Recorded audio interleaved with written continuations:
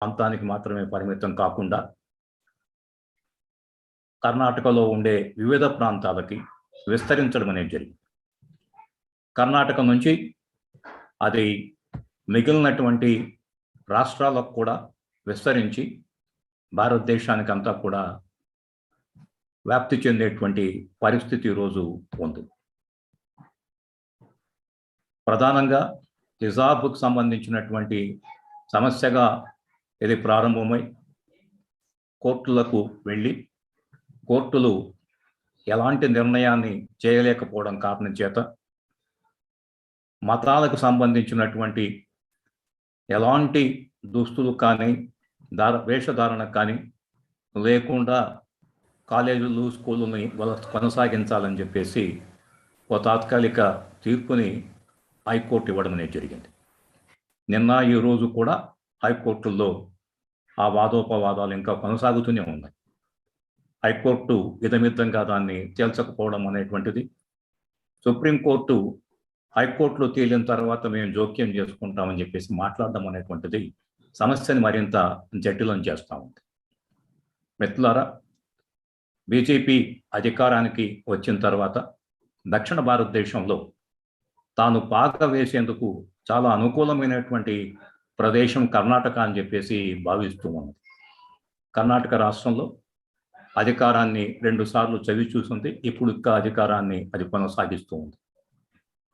BJP ప్రధానంగా హిందుత్వవాదులని ఆధారంగా చేసుకొని తన యొక్క విస్తరణ కార్యక్రమాన్ని కొనసాగించాలని చెప్పేసి భావిస్తాం. కర్ణాటక రాష్ట్రంలో ముస్లిం మైనారిటీల యావరేజ్ సంఖ్య వచ్చేసి 13% ఉండొచ్చు. అయితే దక్షిణ కన్నడ మరియు ఉడిపి ప్రాంతాల్లో 25% మంది ముస్లిం ప్రజానీకం జీవిస్తూ ఉన్నారు. ప్రాథమికంగా వీళ్ళందరూ కూడా చాలా పేద వర్గాలకు సంబంధించిన వాళ్ళు, చిన్న చిన్న పనులు చేసుకుంటూ జీవిస్తున్నటువంటి వాళ్ళు వీళ్ళందరూ కూడా.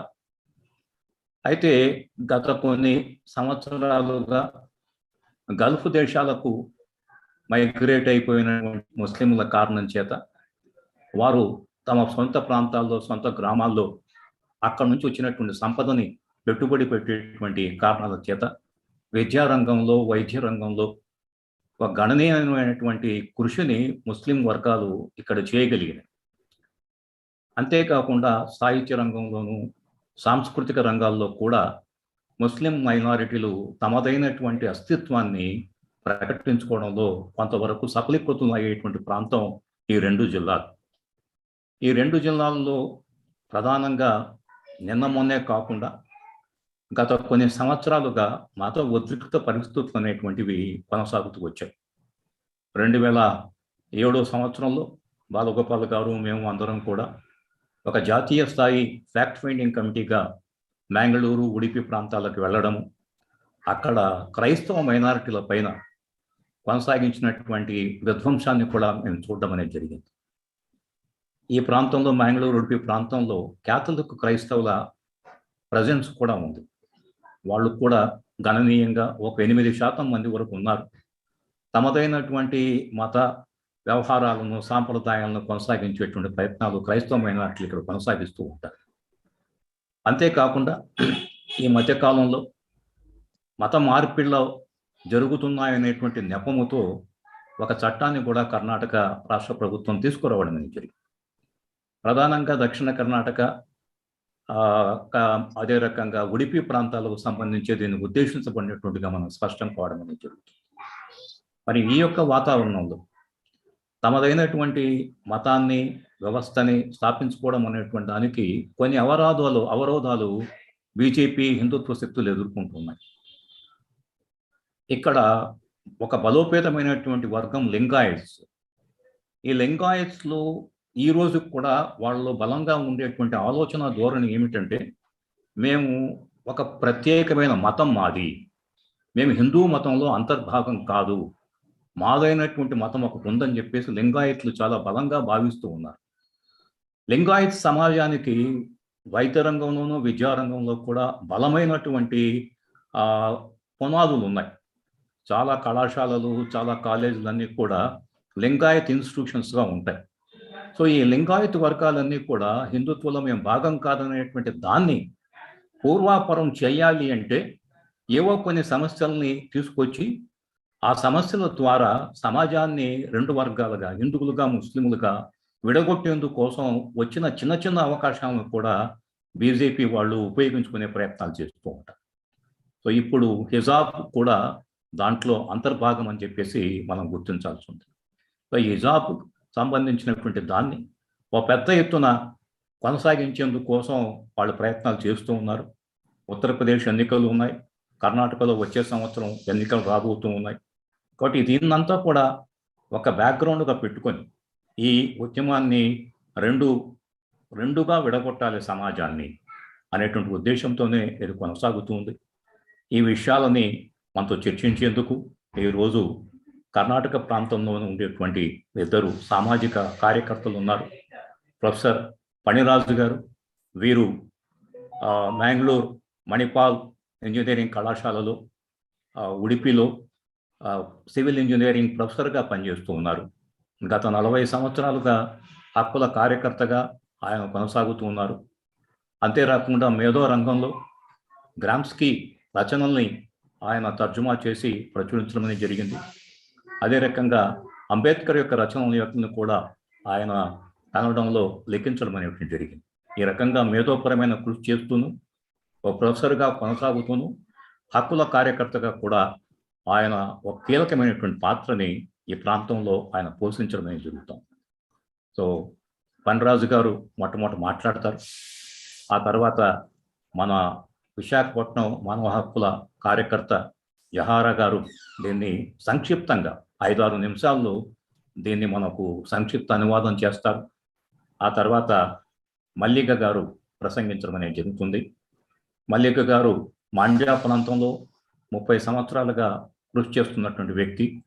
వామపక్ష ఉద్యమాలతోనూ, మహిళా ఉద్యమాలతోనూ, అసంఘటిత రంగంలో ఉండేటువంటి కార్మికులకు సంబంధించేటువంటి విషయాలతోనూ, వామపక్ష ఉద్యమాలతోనూ సంఘీభావంగా ఉంటూ పనిచేస్తూ ఉన్నారు. పనిరాజు గారు, మల్లిక గారు కూడా మత సామరస్యానికి సంబంధించి సమాజంలో మత కలహాలు లేకుండా ఒక సామరస్యపూరితమైనటువంటి సమాజం కొనసాగాలనేటువంటి ఒక మహత్తర కృషిలో వీళ్ళిద్దరూ కూడా భాగం. మీ అందరికీ కూడా మరొక విషయాన్ని మీకు జ్ఞాపకం చేసే ప్రయత్నం చేస్తాను. కర్ణాటకలో ఉండేటువంటి ఒక విషపూరితమైనటువంటి వాతావరణం, నరేంద్ర దబోల్కర్, గోవింద్ పన్సారే లాంటి వాళ్ళు చంపివేయబడ్డం, అదే విషపూరిత వాతావరణం కర్ణాటక రాష్ట్రంలో కూడా ప్రవేశించి కలబుర్గిని చంపివేయడం, అదే రకంగా గౌరీ లంకేష్ను కూడా చంపేసినటువంటి సంఘటనలు మన కర్ణాటకలో జరిగి ఉన్నాయి. అంటే కర్ణాటకలో కలబుర్గి చాలా గౌరవనీయమైనటువంటి ప్రొఫెసర్, గౌరీ లంకేష్ ఇక చెప్పాల్సిన అవసరం లేదు, చాలా పాపులర్గా ఉన్నటువంటి జర్నలిస్టు, సామాజిక ఉద్యమ కార్యకర్తగా ఉన్నారు. మరి ఇలాంటి ఒక రకంగా సామరస్యపూరితమైనటువంటి వాతావరణాన్ని కృషి చేస్తున్నటువంటి ఐకాన్స్ లాగా ఉండేటువంటి వీళ్ళని విషపూరితంగా తొలగించి వేయడం అనేటువంటి పనులని హిందుత్వ శక్తులు చేయడం అనేది జరిగింది. అదే రకంగా భగవాన్ లాంటి ఇండిపెండెంట్ థింకర్స్ని, రైటర్స్ని బెదిరించడము, వాళ్ళందరినీ కూడా బెదరకొట్టి ఉద్యమాల నుంచి బయటకు పంపించాలి అనేటువంటి ఒక విధ్వంసకరమైనటువంటి రాజకీయాలను కూడా హిందుత్వ శక్తులు ఇక్కడ నడుపుతున్నాయి. దయనీయమైనటువంటి, శోచనీయమైనటువంటి అంశం ఏంటంటే, ఇన్ని హత్యలు, హింసాత్మక కార్యక్రమాలు జరుగుతున్నప్పటికీ కూడా ఇప్పటికీ ఈ రామసేనకు సంబంధించిన వాళ్ళకి కానీ, బజరంగ్ దళకు సంబంధించిన వాళ్ళకి కానీ వీళ్ళపైన ఎలాంటి శిక్షలు లేకుండా యథేక్షగా ఇంకా సమాజంలో వాళ్ళు కొనసాగేటువంటి పరిస్థితులు ఇంకా కొనసాగుతున్నాయి. మిత్రులారా, ఈ రెండు అంశాల గురించి నేను ఇంకా లోతుగా చర్చించేదానికి బదులుగా అక్కడ ప్రత్యక్షంగా సమాజంలో కార్యకర్తలుగా పనిచేస్తూ ఉన్నటువంటి మనకు ఆహ్వానాన్ని గౌరవించి మనతో కొన్ని విషయాలు పంచుకున్నటువంటి వారిని నేను స్వాగతిస్తున్నాను. I wholeheartedly welcome Professor Panras and Mallika Sirimane for our webinar. We are very happy to associate ourselves with your work, and we will be very happy if we can throw light on the background to the controversies which have been going on, not only for the last 2 months, but quite a long time. Karnataka has been a ground, a churning ground for this Hindutva forces to assert themselves. So I wish that you will be able to share valuable information with us. I want to make one point. First, Professor Paniroz will be presenting his views, and there will be a brief translation. And afterwards, I welcome Malika to speak on. Again, it will be followed by a brief translation. And in case there is still time left with us, we'll have a discussion over these things. Now I request Professor Fanras to share his ideas on the controversy which is now emanating not only in Karnataka, but it threatens to spread throughout the country. I once again welcome you, sir. Please. Thank you, sir. Thank you. I'm privileged to be provided an audience from HRF. We have learned a lot of lessons from Andhra Pradesh human rights movements, including Bal Gopal, Kannabiran, Mrs. and Mr. Kannabiran, and we have learned so many lessons from you people. And thanks to be making me a part of this discussion. First, as I divide my presentation into 3 parts. One part I will provide you the chronological event unfolding here in UP, and then I will pose the question of what is the reason for this, and then I will put my interpretation of what is this. So that this is I think this is the way we do our human rights case studies, that first place the facts before, then find the reasons for those things, and then our interpretation, which is debatable. So first, the chronological presentation of the events. On December 31st, 2021, 5 students of government pre-university girls college in UP were not allowed to enter the class with their hijab. So they insisted that they want to enter the class with hijab, and they were prevented from entering the class with hijab, and they started protesting at the gate. So it started on December 31st, 2021.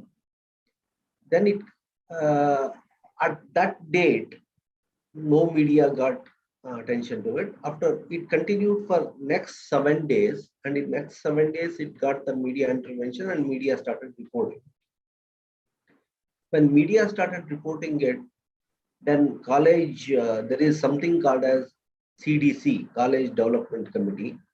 College Development Committee held a meeting, and College Development Committee consists of local MLA and other local elected representatives and parents and teachers. That is supposed to be the composition of College Development Committee, and local MLA of BJP, Mr. Raghupathi Bhatt, and the vice president of that CDC is again from BJP, is a local corporator, Mr. Espal Shona, presided over that meeting, and they decided that whatever uniform code that is prescribed by the institute, that is the only thing allowed, and impressed upon the parents that they should follow that. And then he gave a press statement that parents also accepted it, and these girls who are protesting are not yielding to that request and continuing their protest. So then, once upon, CDC decided that this one of the girls who are protesting petitioned before the High Court that it is a religious right under Article 25 or so. Whatever petition request they have made, petition before High Court, and following that, the case was registered in High Court. Then onwards, for the whole month, the drama unfolded. The issue went unresolved. These 5 girls who want to wear hijab and entering into the class were prevented from entering the class. And in between, a lot of negotiation from Muslim community honestly took place. I have been working with communal harmony movement here, and part of that communal harmony movement is a larger Muslim community represented by what is called as Muslim Okuta. Muslim Okuta means a federation of Muslim organizations. It represents Udupi district's Muslims from all walks of life, all parties and all ideological divisions. It's a very representative body. They intervened and went to with the request to the College Development Authority, CDC, and said that, okay, we don't, your uniform, everybody is wearing, even those girls who are wearing hijab and want to enter the class were wearing uniform. And over and above that, they wanted a hijab to be worn. And then when these Muslim Okuta entered for a negotiation with College Development Committee, they requested that uniform consists of chudidar paisam, as we know, and then a dupatta to wear a dupatta over the chudidar paisam, which normally in South we call it as a Punjabi dress. It's a kind of a Punjabi dress. So they requested that the dupatta, what is a part of the uniform, allow the dupatta to be put over the head as a hijab and entered to the classroom. That request was also was rejected by the College Development Authority. Said that no, dress code doesn't prescribe the dupatta to be worn on the head. It should be only on the shoulders, and hence it is not allowed. So this kind of negotiations and resolving of the issue within that institute followed 3 weeks. Once it went to the court and it became a news. It became a news locally, then it spread to the state news and it spread to international news also, because nowadays with the internet web spreading, the news spreads, and even BBC and New York Times started reporting it that this thing is happening in Canada.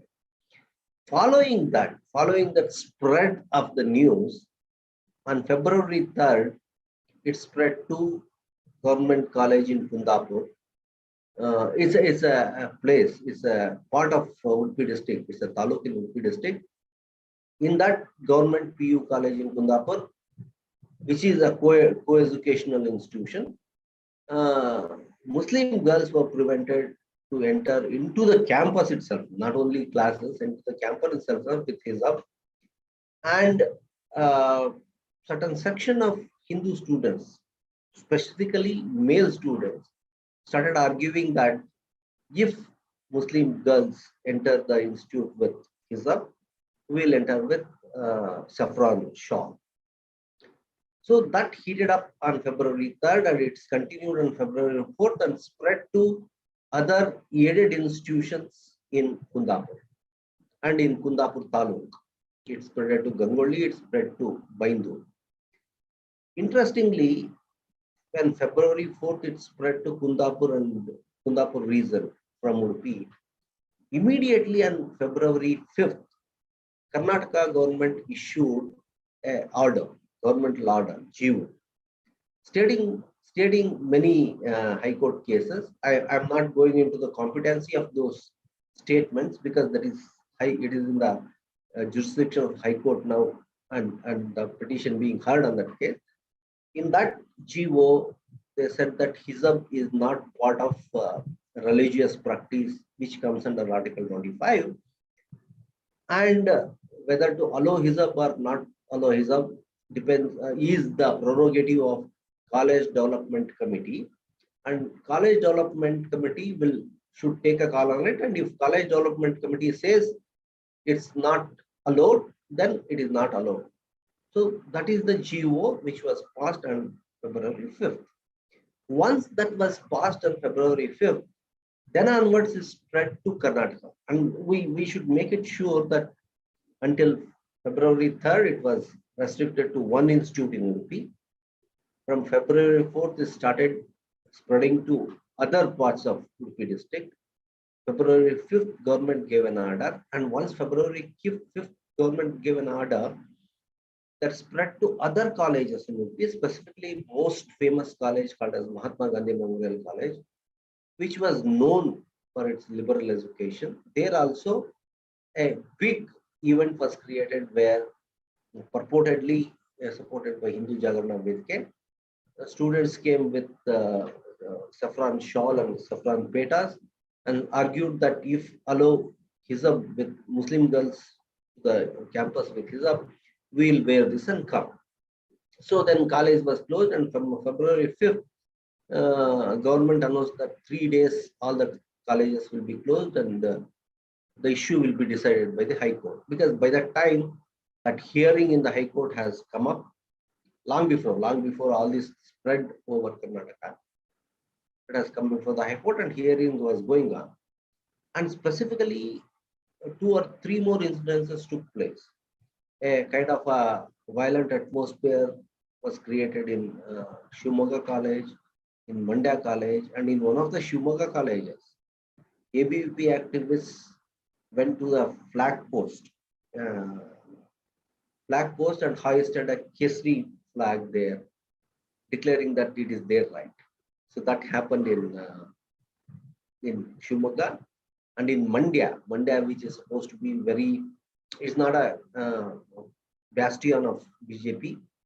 It's supposed to be a bastion of JDS or Congress. There also, in a again another liberal college, PS college, Muslim girls were heckled by saffron shawl wearing youth in that college. Once that happened, everybody was keeping their fingers crossed and waiting for what will be the single judge bench decision on this issue. Unfortunately, on February 8th, single bench said that it is a too deep an issue. It's a too deep a constitutional issue to be decided by a single bench. So I will transfer it to a larger bench consisting of Chief Justice of Karnataka.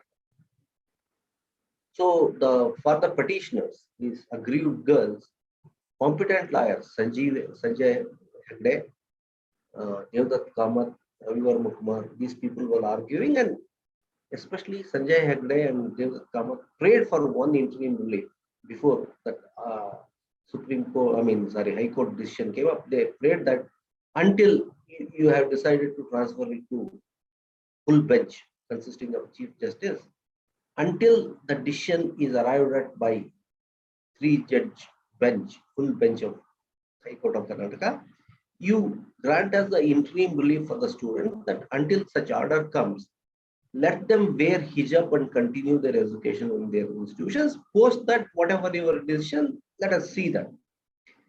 Even upon that request, the single judge bench, which was hearing this case until then, didn't relent, and it gave an order which is contrary to their request. They said that the order said that whatever uniform rules which is being followed in these institutes, which is prescribing the uniform, that uniform rules will continue without hijab. So hijab wearing students will not be allowed to enter in the class according to the established uniform rules of those institutes. So that is the order.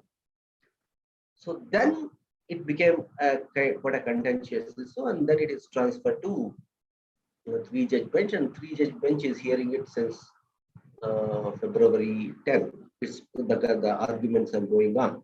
So it's needless to talk on the proceedings and all that because sub judice. Let's not talk about it. So this is the whole chronology of the events which has happened. Now, why a particular incident which started in one institute, one government girls pre-university college,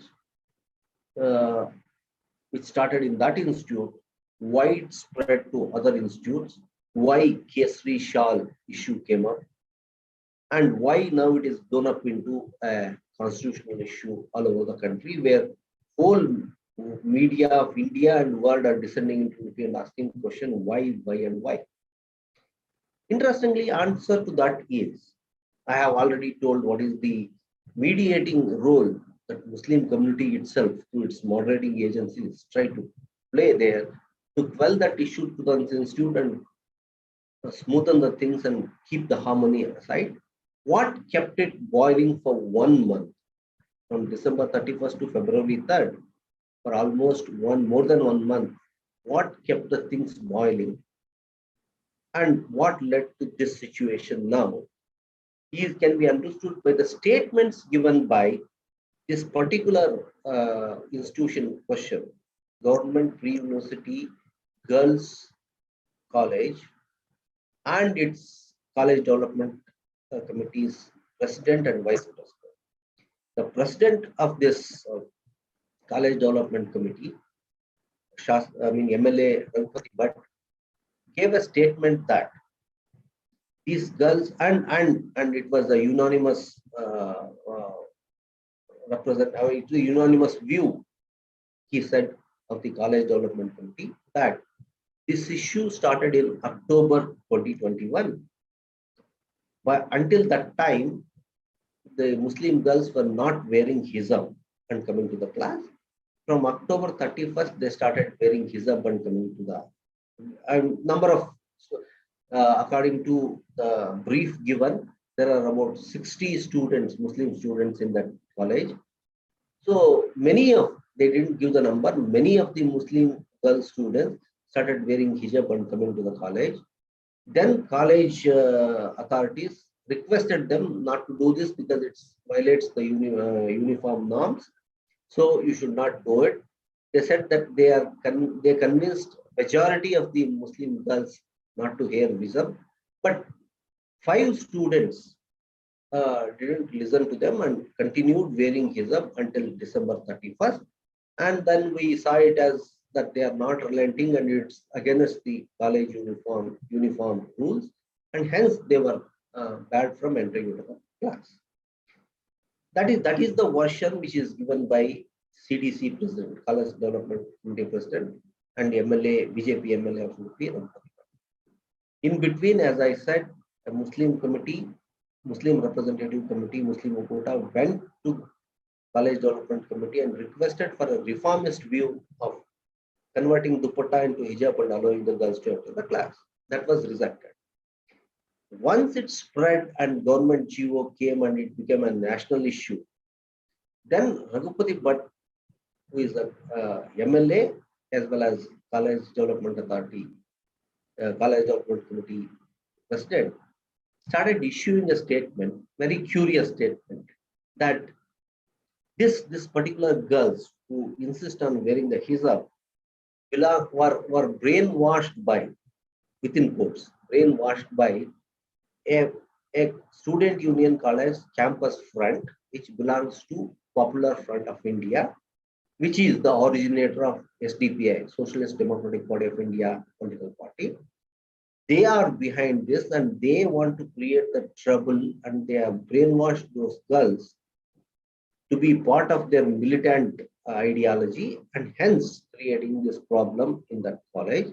And while Campus Front of India, which is a representative of Popular Front of India, SDPI, want to challenge, that is what his statement says, want to challenge us, and we will take it up, and we don't let them to challenge us, and that's why we have taken this stand. That is particularly a political stand that is taken by College Development Committee, saying that one particular student union, Campus Front of India, which in a normal democracy, whatever may be its ideology, is supposed to allow to function, and students to get influenced by it, whether good or bad. That is the question. We keep it apart, are allowed to be the part of it, and as a part of it, they are wearing a hijab and coming to the institute. There was not supposed to be nothing wrong there, but the president's and MLA's contention was that they were challenging us, and hence we reacted. And then, interestingly, the vice president, Mr. Espal Suvarna, started issuing the statement that first, one, Campus Front of India and Popular Front of India are behind this.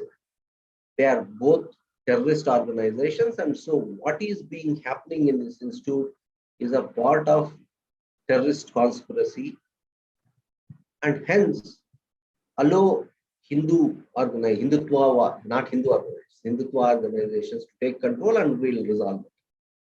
A president of college development committee and a vice president of college development committee starts issuing these kind of statements, then you know that why it was boiling for 1 month and then why it spread to other parts of Karnataka and why hurriedly Karnataka government came up with a chief.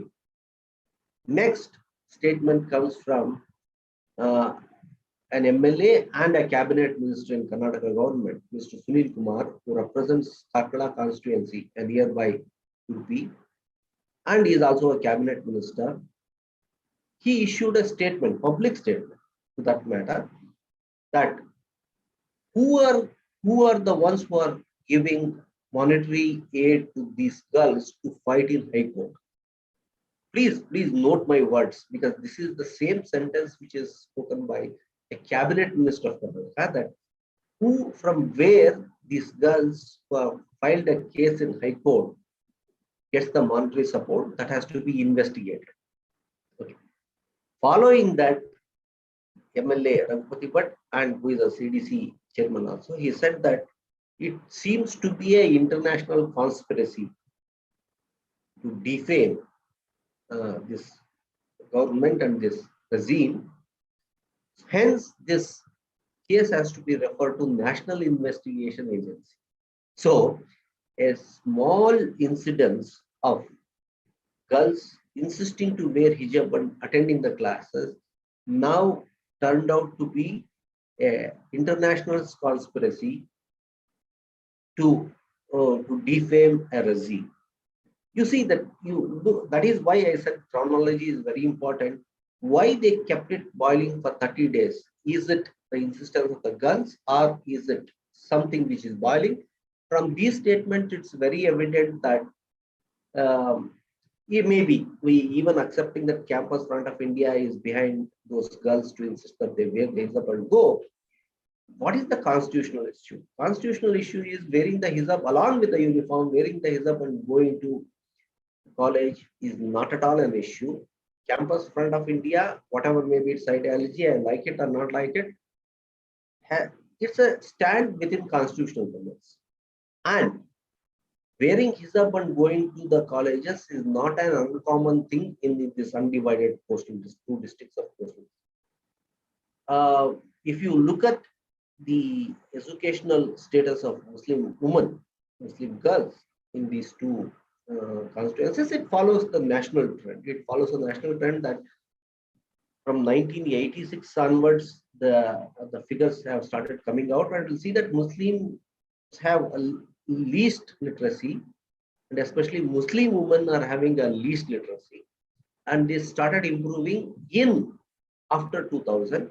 The first generation of Muslim school-going girls started in 2000, decade of 2000 to 2010, and for the first time in after 2010, you can see Muslim girls wearing burqa or hijab started coming to the educational institutions. So it was a reformist movement within the community itself, which opens out and started sending their girls into educational institutions, and that was the trend which was seen post 2010, and all from 2010 onwards, all the while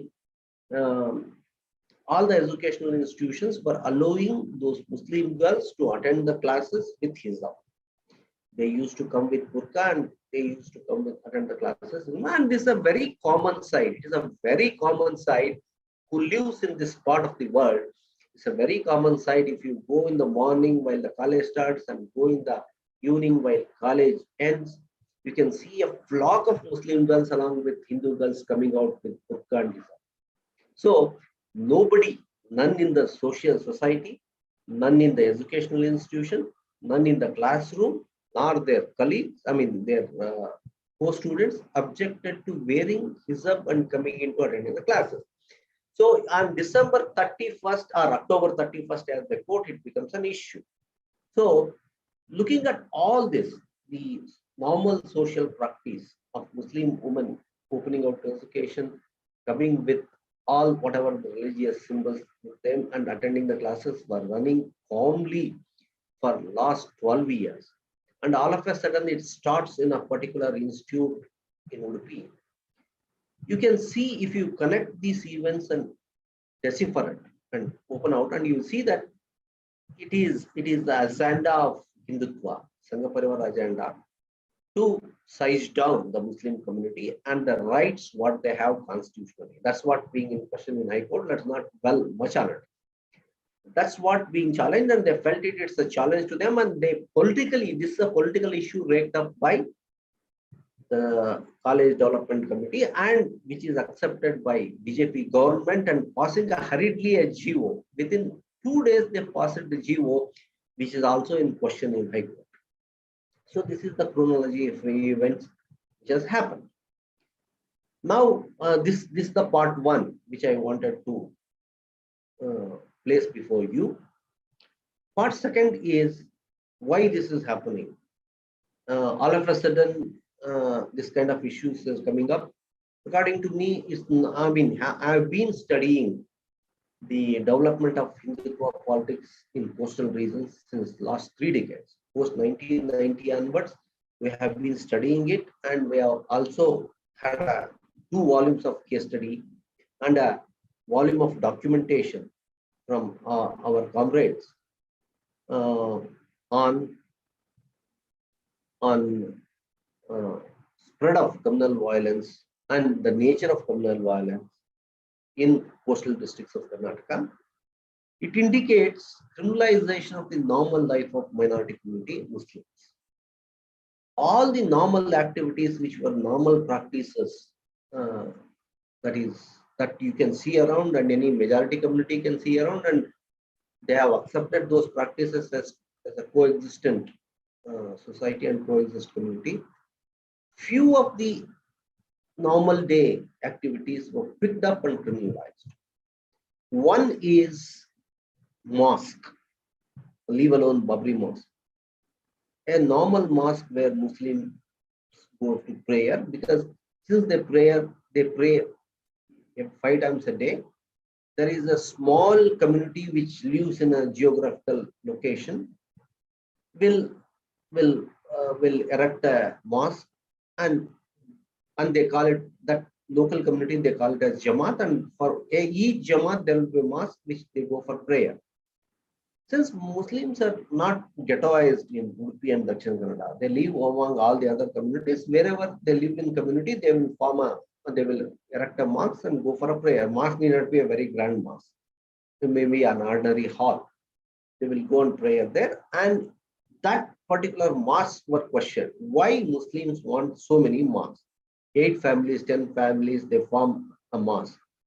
So if you are having a 1,000 Muslim population around in and around Udupi or one region, they form 10 mosques. Why you want 10 mosques? That means they want to imply that mosques are having a place of certain conspiracy, and they started relating it that they are creating so many mosques here where they're hiding AK-47s and grenades to attack Hindus. So that kind of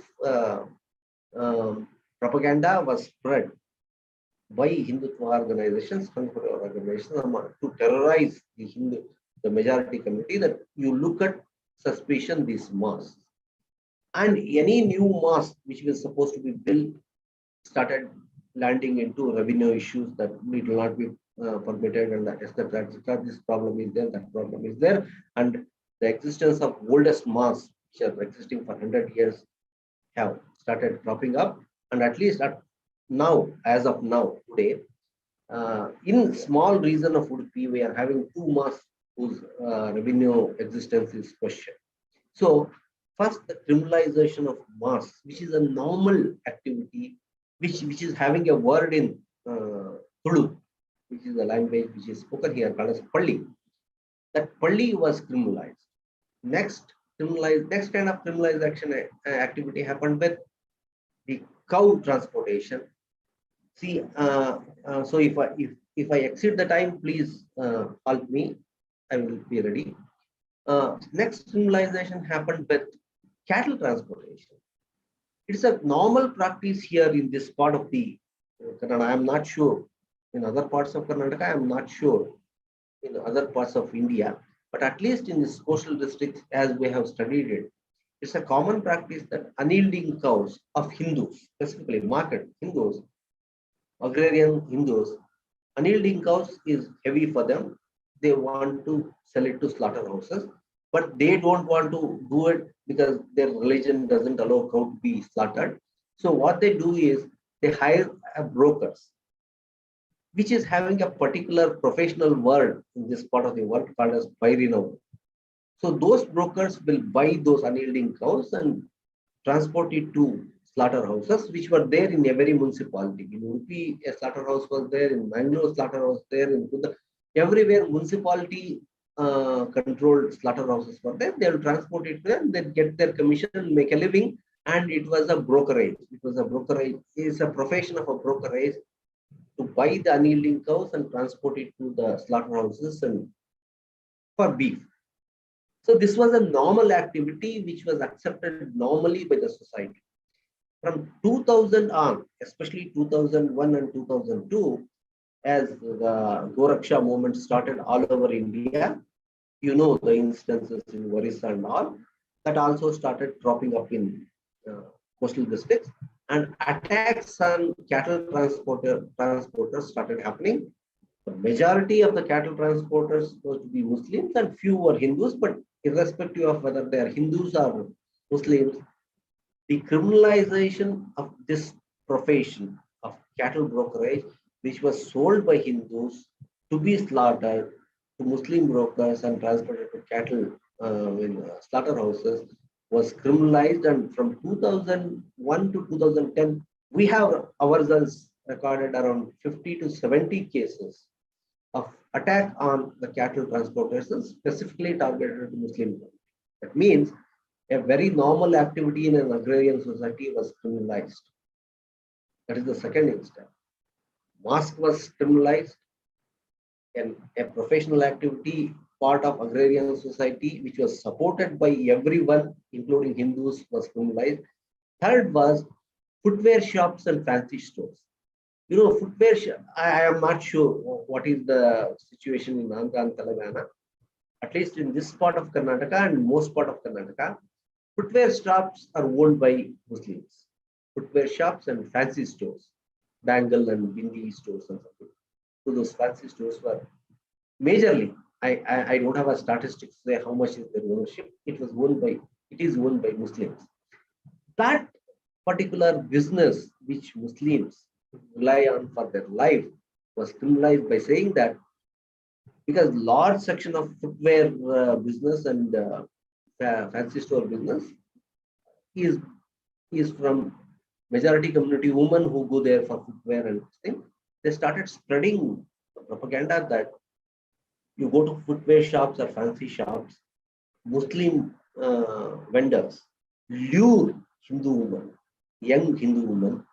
They will brainwash them and put them into a web of trafficking, or they will convert them. And this is much before love jihad. Okay, they will convert them and marry them, or convert them and put them to human trafficking. This was the kind of a rumor which was spread according, for a normal profession of a footwear business and a fancy store. So hence, another profession of minority community was criminalized much before the Muslim youth. Again, a first generation of Muslim youth who started going to college, especially male youth who are going to college, who were appearing in a visible number in colleges from post 2006, 2007. Then came the issue of love jihad. You know what is the issue of love jihad. I need not elaborate because which has become which has been made as a law in Uttar Pradesh, and how it spread and how the drama unfolded on the issue. Because again, a Muslim male, Muslim youth, male youth going to the college, first generation of male youth who are going to college, their interaction with other co-students was criminalized as love jihad. With lot of concoctions and lot of stories, etc. It was criminalized. So what you see in last 30 years in this course, in last 30 years in this course, you can see a coexisting community, which Chandrasekhar Garu has already explained, is a visible minority. Visible minority means their presence in this coastal society is much above than the average Karnataka Muslim population. They are visible part of everyday life. They are visible part of every profession that is being practiced in this coastal region, and hence suspecting them, make them as a criminal community is not easy, because each and every day, each and every majority community will be living with them, will be transacting with them on business and other affairs in the society. To criminalize it, you got to criminalize their ordinary life. So you see the criminalization of mosque, you see the criminalization of cattle transportation business, you see the criminalization of footwear shops and fancy stores, and you see the criminalization of Muslim youth attending the college. So within the span of last 25 years, they pick up these four kinds of issues, which is a part of which was the part of normal life of Muslim community here. Then now they have mastered that act of criminalizing day-to-day life of Muslims, and hijab issue should be looked at from that perspective. It should not be just looked at as one institute, one instant problem where action reaction issue as statements given by BJP politicians should not be believed. It should be seen as a continuous act of criminalizing normal day-to-day life manifestation of minority community, where since last 12 years, the college-going Muslim women population increased. The number of women who come to colleges and getting education increased. When they are visible in the campuses with hijab, was accepted, and without any problem was accepted by the institutions and the society. They picked it up and now making it as a criminal activity, quoting the dress code. That means a very common life activity in a region.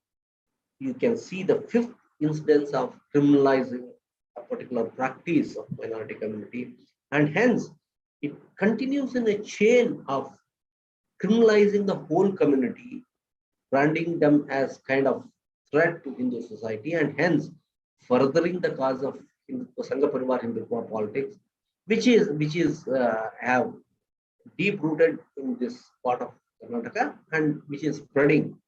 Looking at their electoral victories and their popularities among the majority community, you can see that they have deep rooted and a larger influence on society, and now they have started dictating the terms to the minority community. It is almost now they're challenging the constitutional existence of minority community, and they want to bring their own constitution where minority community has to live as a second-class citizens according to the dictates of not constitution, not the state, not the government, but Hindutva organization or Sangha Parivar organization. So this is long and short of hijab issue in Karnataka, which is not isolated. It's having a 30 years history, and it is not an isolated local instance. It's a part of a larger Sangha Parivar politics that is happening in India.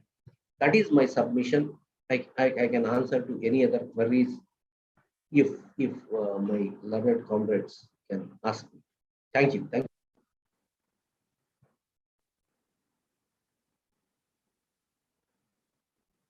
Sir, my presentation finished. I was asked to present for 20 to 30 minutes. Okay. Hello, Rajesh. Thank you so much, Professor, for your presentation. Jahara garu unnara? Jahara garu. ఇది సంక్షిప్తంగా sir చెప్పిన దాన్ని మీరు అనువాదం చేయగలిగితే బాగుంటుందమ్మా. అలాగే sir, అలాగే sir. మొదలు పెట్టినా సార్? మొదలు పెట్టండి. Good evening everybody. Phaniraj sir గారు చెప్పిన దాన్ని నేను సంక్షిప్తంగా కొంచెం చెప్పడానికి ప్రయత్నిస్తాను.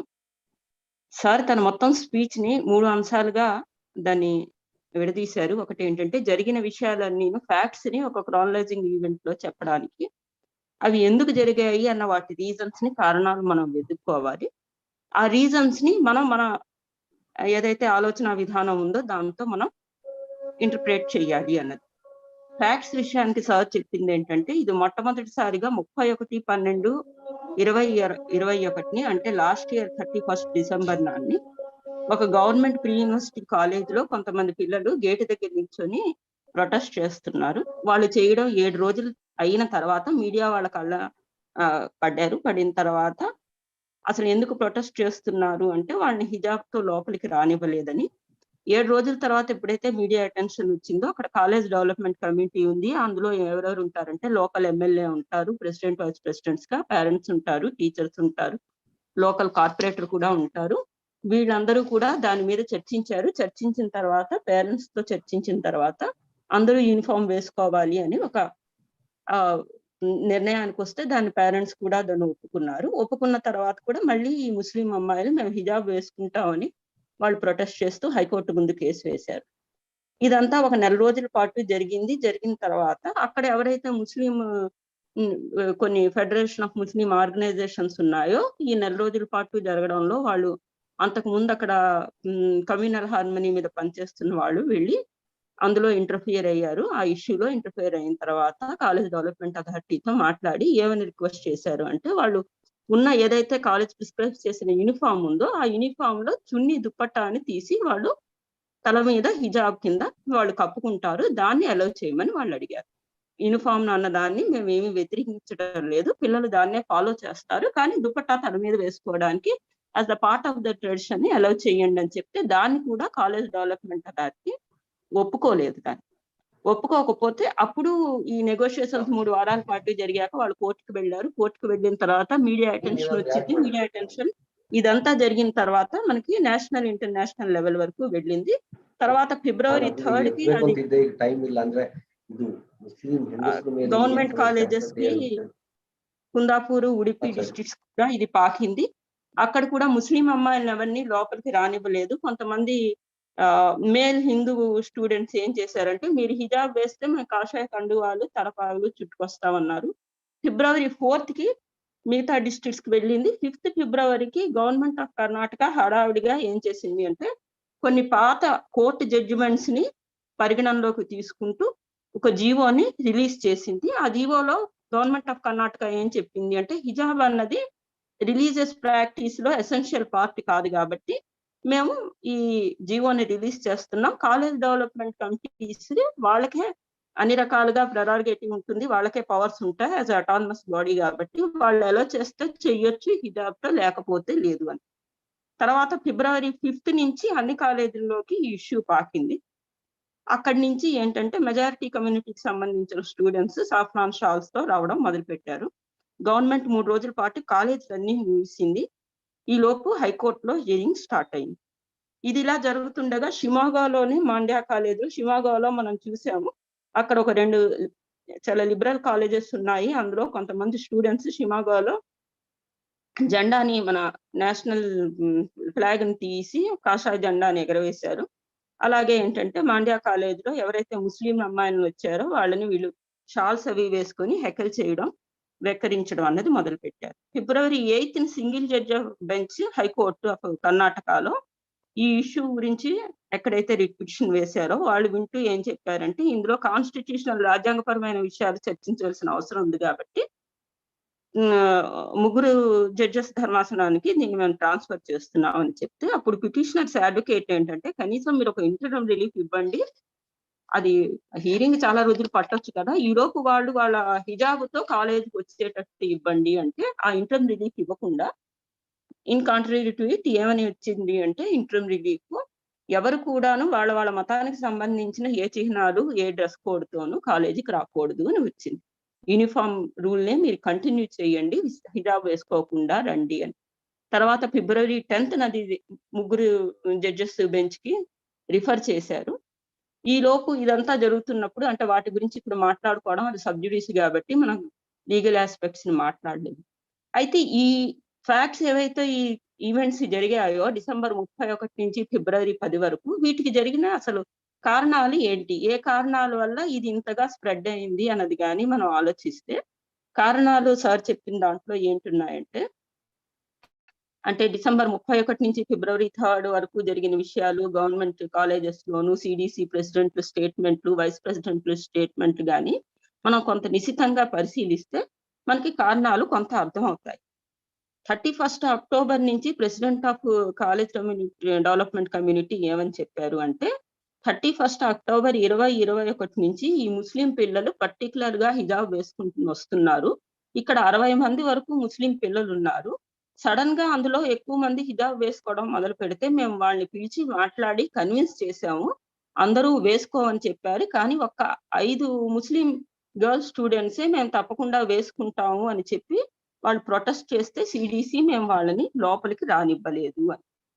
ఈలోపు అలాగే ముస్లిం కమ్యూనిటీస్ రిప్రజెంటేషన్స్ ఏవైతే వెళ్ళి రిక్వెస్ట్ చేశారో, ఆ రిక్వెస్ట్ చేసిన దానికి ఎమ్మెల్యే వాళ్ళు దాన్ని ఎలా అంటే బీజేపీ ఎమ్మెల్యే వాళ్ళు దాన్ని ఏ రకంగా వాళ్ళు స్టేట్మెంట్స్ ఇచ్చారు అంటే, ఈ స్టేట్మెంట్స్ వెనకాతల ఒక కాన్స్పిరసీ ఉంది. అది ఏదో సడన్ గా జరిగింది కాదు, అనుకోని చేశారు. అందులో వాళ్ళు స్ప్రెడ్ చేసిన కొన్ని విషయాలు ఏంటంటే, ఇది నేషనల్ ఇష్యూ అని చెప్తూ దాన్ని నేషనల్ ఇష్యూ చేస్తూ ఆ ఎమ్మెల్యే సిడిఎస్ ప్రెసిడెంట్ ఏమని చెప్పారు అంటే, ముస్లిం అమ్మాయిల్ని ఎవరైతే కాలేజ్ స్టూడెంట్స్ ఉన్నారో వాళ్ళని పాపులర్ ఫ్రంట్ ఆఫ్ ఇండియా అని ఏదైతే ఒక పొలిటికల్ పార్టీ ముస్లిమ్స్ ఉందో ఎస్డిపిఐ అవిను వీళ్ళు వాళ్ళని బ్రెయిన్ వాష్ చేస్తున్నారు. వాళ్ళలో మిలిటెన్సీ ఐడియాలజీని స్ప్రెడ్ చేస్తున్నారు. ఎస్డిపిఐ అదే పాపులర్ ఫ్రంట్ ఆఫ్ ఇండియా మమ్మల్ని ఛాలెంజ్ చేస్తున్నారు. అందుకే మేము ఇంతగా రియాక్ట్ అవ్వాల్సి వచ్చింది అని. అంటే ఈ స్టేట్మెంట్స్ అన్ని కూడా ఏంటంటే BJP leaders being a part of the president of ఒక ఎమ్మెల్యే సిడిసికి ఈ రకంగా స్టేట్మెంట్ ఇచ్చారు. తర్వాత వైస్ ప్రెసిడెంట్ సిడిసి ఏమని ఇచ్చారు అంటే, ఈ 2 organisations popular front of India SDPI అనేవి ఇవి టెర్రరిస్ట్ ఆర్గనైజేషన్స్ అని ఇచ్చారు. ఆ తర్వాత వచ్చిన నెక్స్ట్ స్టేట్మెంట్ ఏంటంటే, ఒక ఎమ్మెల్యే ఒక కేబినెట్ మినిస్టర్ పబ్లిక్ గా వీళ్ళు ఇచ్చిన స్టేట్మెంట్స్ ఏంటి అంటే, ఈ అమ్మాయిలకి అసలు ఎక్కడి నుంచి డబ్బులు వస్తున్నాయి, ఎవరు ఇస్తున్నారు ఫైనాన్షియల్ గా, వీళ్ళు హైకోర్టులో వెళ్ళి కేసులు కంటెస్ట్ చేయడానికి వీళ్ళకి ఎక్కడి నుంచి వస్తున్నాయి. ఇది చూస్తూ ఉంటే ఒక అంతర్జాతీయంగా జరుగుతున్న కాన్స్పిరసీ లా ఉంది. ఎందుకంటే to defame the government of India అని కానీ స్టేట్ గవర్నమెంట్ ని డిఫేమ్ చేయడానికి వీళ్ళకి ఎక్కడి నుంచో బయట నుంచి డబ్బులు వస్తున్నాయి, వీళ్ళు కేసులు వేసి మమ్మల్ని డిఫేమ్ చేస్తున్నారు, దీని మీద నేషనల్ లెవెల్ ఇన్వెస్టిగేషన్ ప్రోబ్ చేయాలి అని చెప్పి స్టేట్మెంట్స్ ఇచ్చాయి. అయితే ఇంత చిన్న ఒక హిజాబ్ గొడవని ఇంటర్నేషనల్ కాన్స్పిరసీగా ఈ స్టేట్మెంట్స్ వల్ల దాన్ని చిత్రీకరించారు. ఈ చిత్రీకరించడానికి దానికి ఒక 4 రోజుల పాటు దాన్ని సాగదీశారు.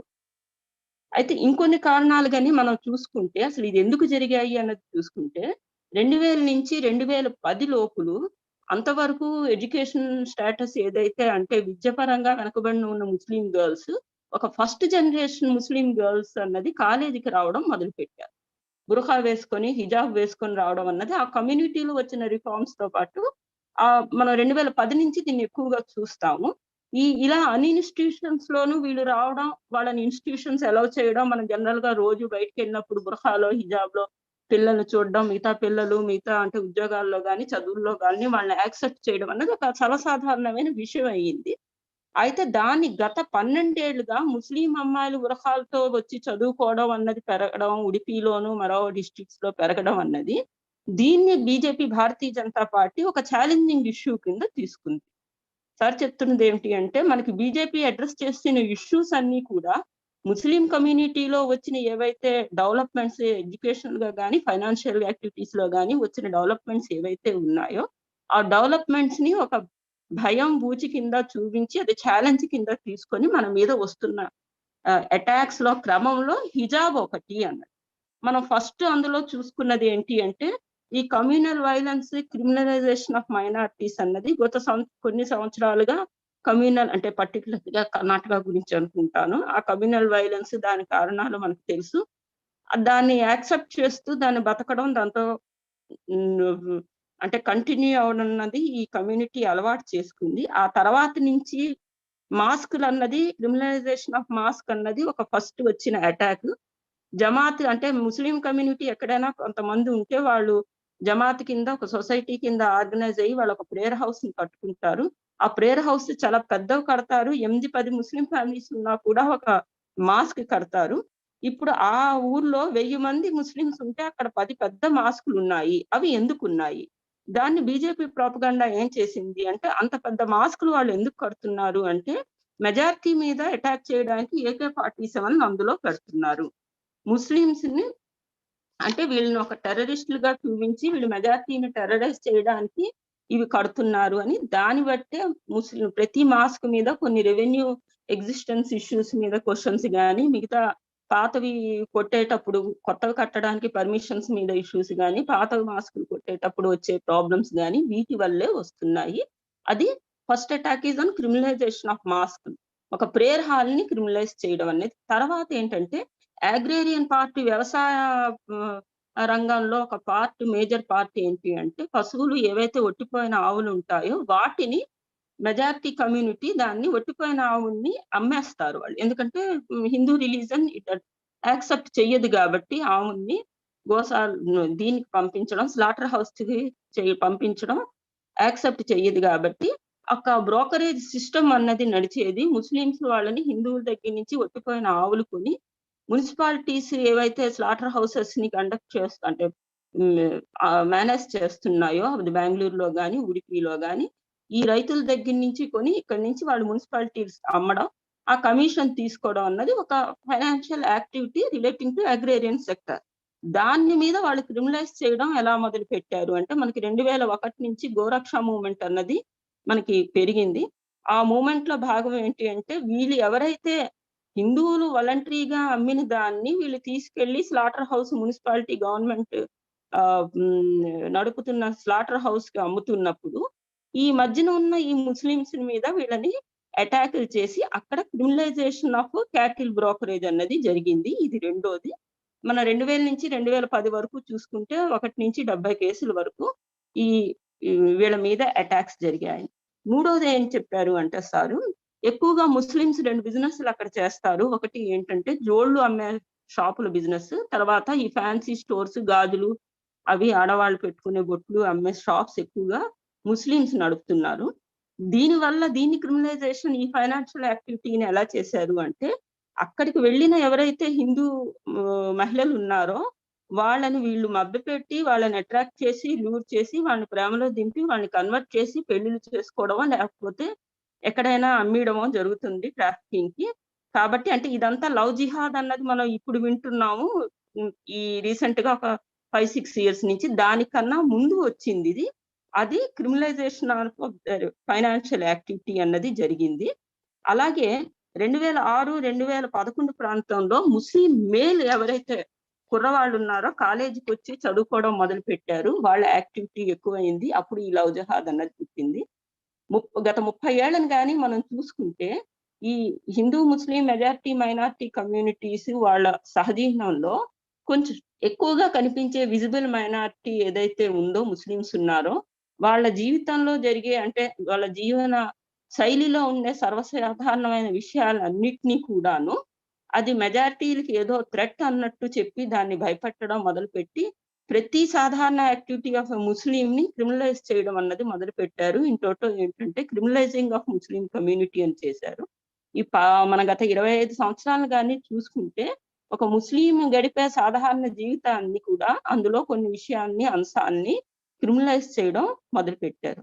ఈ ఒక్క సమస్యే కాదు. మనం ఇది మొత్తం ప్రక్రియను మనం కంటిన్యూస్‌గా చూసుకొని అబ్జర్వ్ చేస్తూ, పరిశీలిస్తూ వస్తే ఈ హిజాబ్ అన్నది ఈ కంటిన్యూస్ క్రిమినలైజేషన్‌లో భాగమే ముస్లిం కమ్యూనిటీ భాగంలో ఇది హిజాబు ఒక పార్ట్. హిజాబ్‌ని ఇప్పుడు ఎవరు అంటే వ్యతిరేకించకుండా దాన్ని క్రిమినలైజ్ చేస్తున్నారు. అలాగే ఏంటంటే ఇది టోటల్ క్రిమినలైజేషన్ ఆఫ్ ముస్లిం కమ్యూనిటీకి ఇది దారి తీస్తుంది. ఈ మైనారిటీ కమ్యూనిటీని సంఘ్ పరివార్ ఏమని అనుకుంటుంది అంటే, తన టర్మ్స్ మీద మైనారిటీ కమ్యూనిటీ బ్రతకాలి. మైనారిటీ కమ్యూనిటీ మీద జీవిత షరతులను సంఘ్ పరివార్ విధించాలి, నిర్ణయించాలని అనుకుంటుంది. తనదైన ఒక రాజ్యాంగాన్ని తీసుకొచ్చి, ఆ రాజ్యాంగంలో మైనారిటీస్ అన్న వాళ్ళు 2వ తరగతి పౌరులుగా ఉండేటట్టు చెయ్యాలి అన్నది సంఘ్ పరివార్ ఆలోచిస్తుంది. ఇందులో నేనేమైనా మిస్ చేస్తే sorry sir if I miss anything. Thank you sir. Sir నాదయిపోయింది sir. Sir thank you so much Zahara గారు.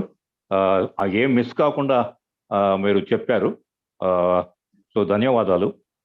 ఇప్పుడు మల్లిగా శిరమణి గారిని I request Mallika Shiromani to present her views on this hijab controversy of Karnataka. మరొకసారి లేటుగా జాయిన్ అయిన మిత్రులందరికీ కూడా మల్లిగా శిరమణి గారు మాండ్యా ప్రాంతంలో చాలా సంవత్సరాలుగా పనిచేస్తూ ఉన్నారు. ఆమె కర్ణాటక జనశక్తి అనేటువంటి సంస్థలో కీలకమైనటువంటి వ్యక్తిగా వ్యవహరిస్తూ ఉన్నారు. అంతేకాకుండా ఆమె వామపక్ష ఉద్యమాలకి, అసంఘటిత కార్మికులు, వారికి సంబంధించినటువంటి అంశాలు విషయాల్లో మొత్తం కర్ణాటక అన్ని ప్రాంతాల్లో కూడా ఈ సంఘటిత అసంఘటిత కార్మికులకు సంబంధించినటువంటి విషయాలలో జోక్యం చేసుకొని ఉద్యమ నిర్మాణంలో కీలకమైన పాత్ర వహించి ఉన్నారు. వామపక్ష ఉద్యమాలు, దళిత ఉద్యమాలు, మత సామరస్య ఉద్యమాలలో చాలా కీలకమైనటువంటి పాత్ర వహించున్నారు మల్లిక గారు. Now I request Mallika Shiromani to present her views. May I request Mallika Shirmane? Yes, sir. Yeah. Please. Am I audible? Please. Can you hear me? You are audible. Your video. Can you? Yes, sir. Yeah.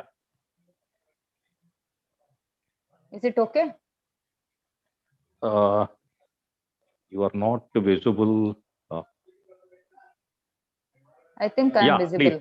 Please. Yeah. Please. Yes, sir. Yeah. Thank you for your kind words, sir. And also thank you, HRF, for having both of us here today in this webinar. And our friend and senior comrade Paniraj has already spoken at length, and he has elaborated everything in detail, especially the developments in the coastal Karnataka, coastal and Western Ghat region of Karnataka, where these things have been happening in a series for a very long time now. So I think by now, as we being neighbors, as the two organizations working in the neighboring states, many of our comrades present here know about the situation in Karnataka. It actually, it's not a very good feeling to sit here and speak about these things when we are the only state in South India where BJP has come to power, and we have been fighting against this for a very long time now. Actually, for the past 2-3 decades, many of us, like Comrade Paniraj, has led the group, the organization which exclusively work for communal harmony and against spreading communal hate. And all of us have been actively engaged in such,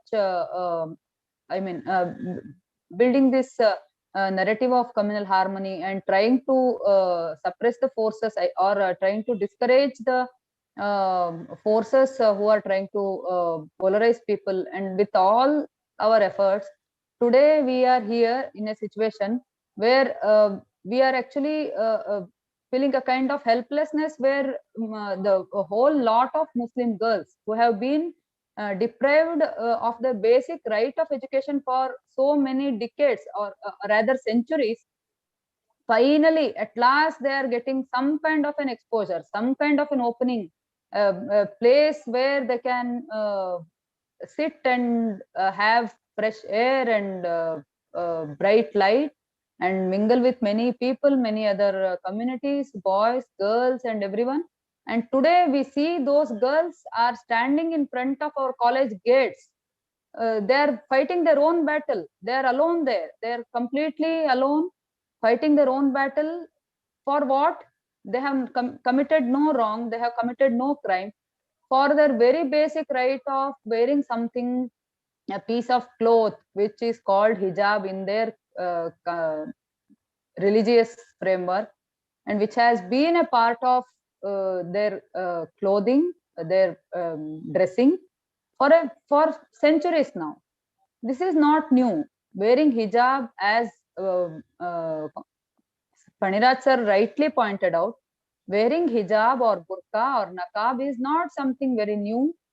Maybe in some parts of country, maybe in Kerala or maybe in coastal region, it was not very common. It was not very popular in previously, like some time back, like some decades back, they only used to wear dupatta over their head to cover their head and hair, but burqa was not really very common in coastal region and coastal region of Karnataka and Kerala. But later, everyone is aware of the developments happening in the country, the rise of communal hatred and targeting the Muslim community, attacking them, and along with that, when the communal hatred and the rightist majoritarian onslaught on the minorities started increasing, as a very, very natural reaction to what it takes, like the majoritarian onslaught, the very natural reaction from the minority community has been to recoil into their own religion. And because of which we see that the trend of wearing burqa, hijab and niqab has increased in the recent days. And the educational institutions are not exempted from this. Even the educational institutions have seen the rise in the number of girls who are wearing burqas and hijabs. Yes, that is the truth. That is the reality of today. And that has never bothered anyone so far. So I am directly going into the point where I would like to bring it to all your notice that what is the implication of this phenomena? How is this going to affect different types of people, different sections of the masses of the society in Karnataka, and not only in Karnataka, even outside Karnataka, and also what is the reaction of various state machinery and also some parts of the society to this phenomena. So I'll take up with my second point, where we see the reaction of the judiciary, we see how the media is reacting to this, and also we see the reaction of the society. So here, though this matter is under court hearing, that this is sub judice matter, so we are not actually going into a very elaborate analysis of the court order or anything, or we are not allowed to comment a lot on this subject in the legal perspective. But still, the interim order and the way the judiciary is so far handling it, we don't know. We don't know what it would be when the final order is pronounced. But still, the way the judiciary handled it, there is a room for us to make comparisons. This is not something like though we are not commenting on the present issue, there is room for us to make comparisons. And when we see this, the court, definitely the aspiration of the court is very well received. Court wanted to hold it status quo until the final order is pronounced.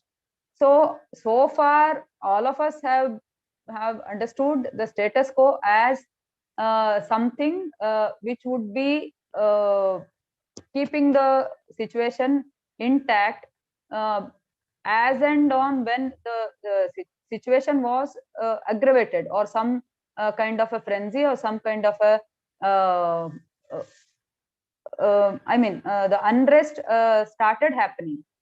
We understand the status quo as this, like hold on the situation to the situation where the unrest was not happening. So how were the developments, or how were the conditions of the society or any given institution were at that time of the at that time period? That is how we will have to hold it.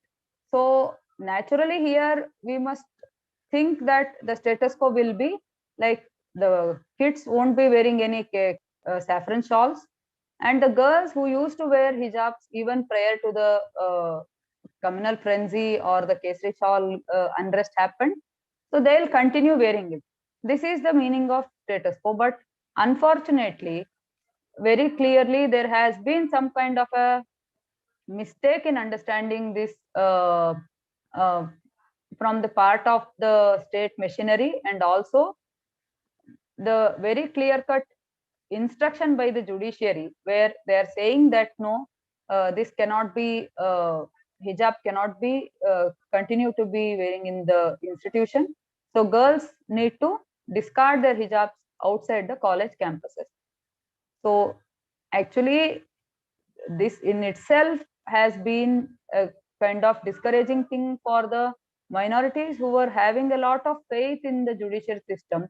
And again, now we are awaiting another order, the final verdict, and where the interim order in itself is so discouraging. And this has caused a lot of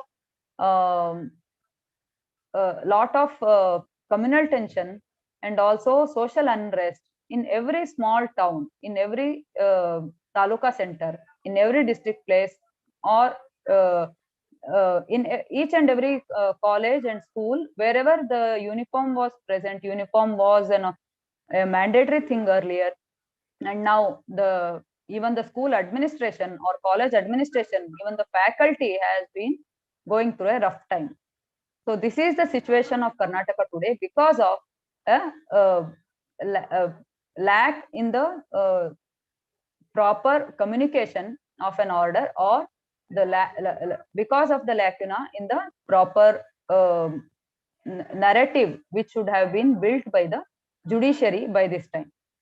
So this is the reaction of the judiciary, whereas we see that in so many other instances, judiciary has very wisely intervened and has said that there is no comparison between a saffron shawl or other religious attire, because saffron shawl is not a religious clothing of any religion. Saffron shawl, maybe people wear it during festivals or some other occasions, but apart from that, so far in any recorded documentation, or neither in any authentic social records, saffron shawl has not been ever written down as a religious or cultural attire of the Hindu community or different castes of the Hindu community. So this is very clear. On the first step, we have the reaction of the judiciary to this issue, and where we see a serious lacuna here. And secondly, we see the response of the media to this issue. It is as if the media knew that something was going to happen. It is as if they were ready with all their footages, their staff and their crew, to just get into field and just to bulldoze the other side of the narrative and just build one kind.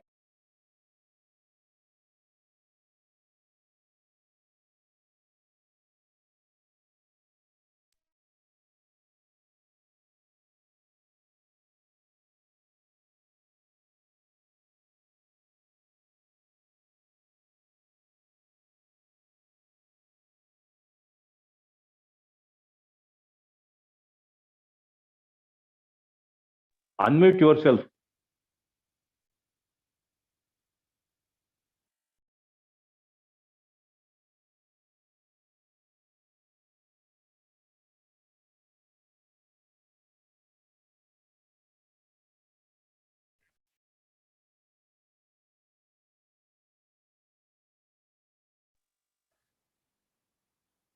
Can you hear me?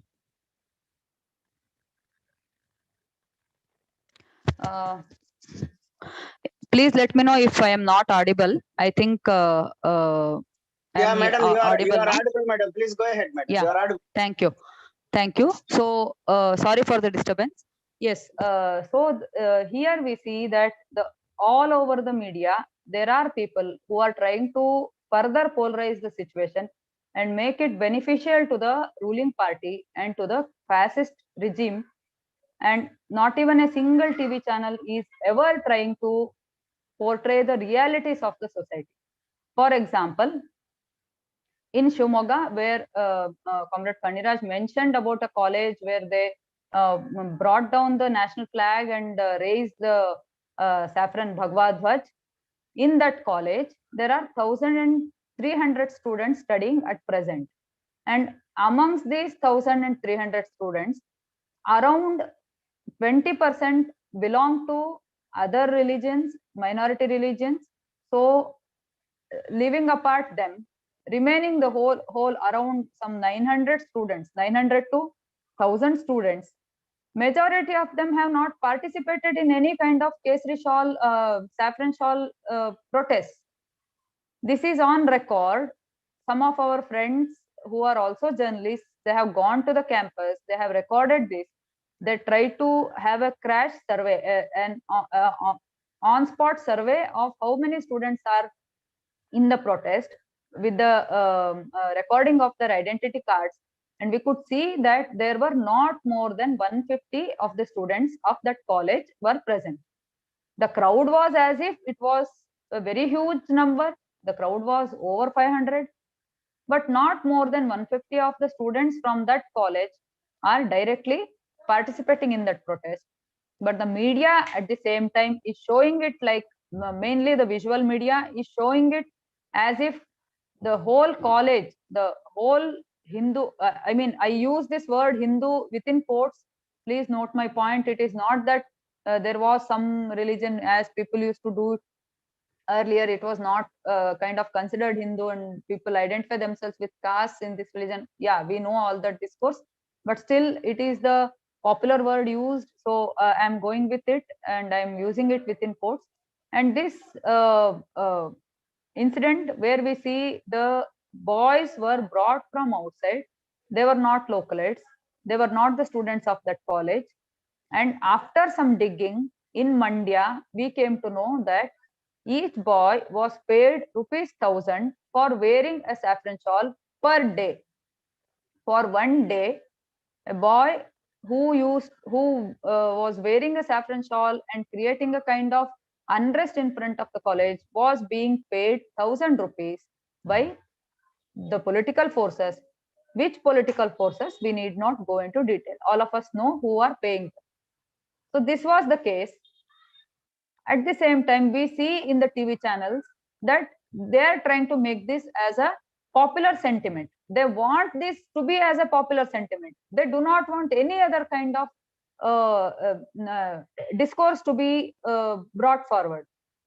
Hence, they are trying to make this as a general phenomena. They are trying to show people that each and every student of that college was on street. That was the thing. They particularly mentioned that particular college, number of students studying in that college, and showed the crowd, showed the people outside Shimoga town or even inside Shimoga town.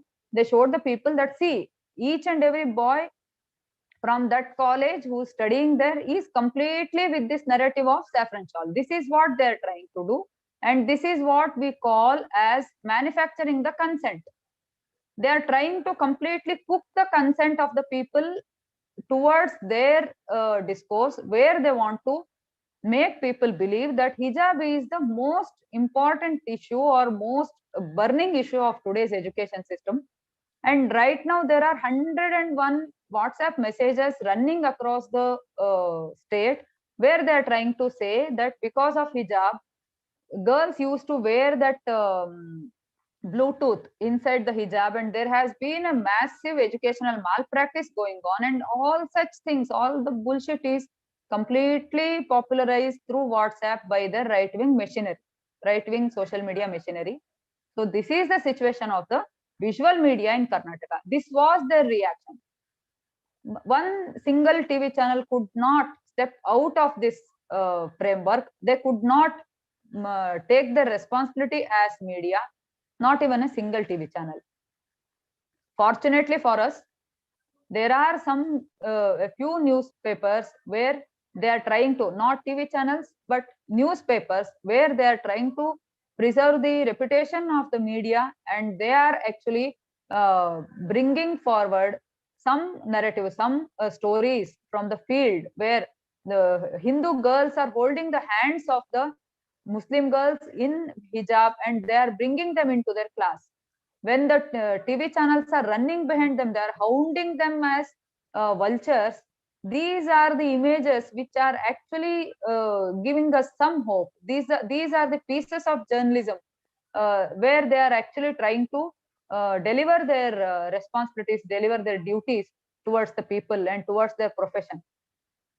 Apart from that, we can say that the a whole lot of the majority section of the media has been completely trying, and they have been, to a big extent, they have been successful in manufacturing one kind of a opinion amongst the people. This is what has happened for the past 1.5 months, or rather 50 days in Karnataka. And now, if you go to the people, if you go and speak to any person, any random person on the streets, he or she finds it difficult to say that hijab has nothing to do with the problems of education system, because TVs have convinced them that this is the biggest problem of the education system today. So here we have a very big challenge in the form of media in the whole this mess which has been created in the state. Thirdly, the response of the society. Unfortunately, most of the younger generation, not only in coastal Karnataka, even in other places, even in the areas where the communal harmony has been a very long drawn tradition, like North Karnataka, where we see the influence of Vachana movement, where we see the Vachanakaras like Basavanna and Vachanakartis like Akka Mahadevi, Nilambike and Aidaki Marama and so many others. They have spread the belief they have spread the values of harmony, and where we see a lot of Sufi tradition amongst the people, where people celebrate Muharram together, and where we see Santa Sharifa not very long ago, recently till recently we have held the values spread by the saint Santa Shishunala Sharifa as respected values of our society in common for all religions, including Hindus, Muslims, and whoever it is. Even in those areas, today any college student feels that if they discard their hijab, this won't be a problem. Maybe they are not very strongly communalized. Maybe they are not completely into the fields or playgrounds of fascist forces, but still the common feeling, the majority students feel that this has something to do with the stubbornness of the Muslim girls. This is the kind of the opinion making which has been happening across the state amongst the youngsters. So now we know that they are aiming at the votes, the huge chunk of votes of the first time voters who are going to vote in the coming election, for the Vidhan Sabha elections, also for the Lok Sabha elections, because with the votes of these first time voters, they want to cross the barrier, they want to cross the bridge of these general elections, coming general elections. The reason for this is that they have nothing to show in front of the people as their successes. They have no success story of their own. They have not delivered. There was no governance during the all the 3 waves of COVID. People suffered, and there was no government present to hold their hands. They have nothing to show in front of the people. They have not delivered a single thing which was promised. And now today, they want to use these youngsters, use their young minds as vote banks for the coming elections, for which they are preparing the grounds from today. And actually, and unfortunately, to some extent, they are able to convince any common student towards their agenda. And secondly, the response of the intellectual class of the Karnataka, and also the response from the social organizations towards such things. Me being one of the activists, each and every one of us actually need to self introspect what we did during this the whole period of this was a testing period for each and every person who thinks like there has to be harmonious living amongst the people. For every senior citizen of this land, this was a trying period. This was a hard time, but during these days, the response from the social organizations and also from the intellectual section of the state has not what it used to be some years ago.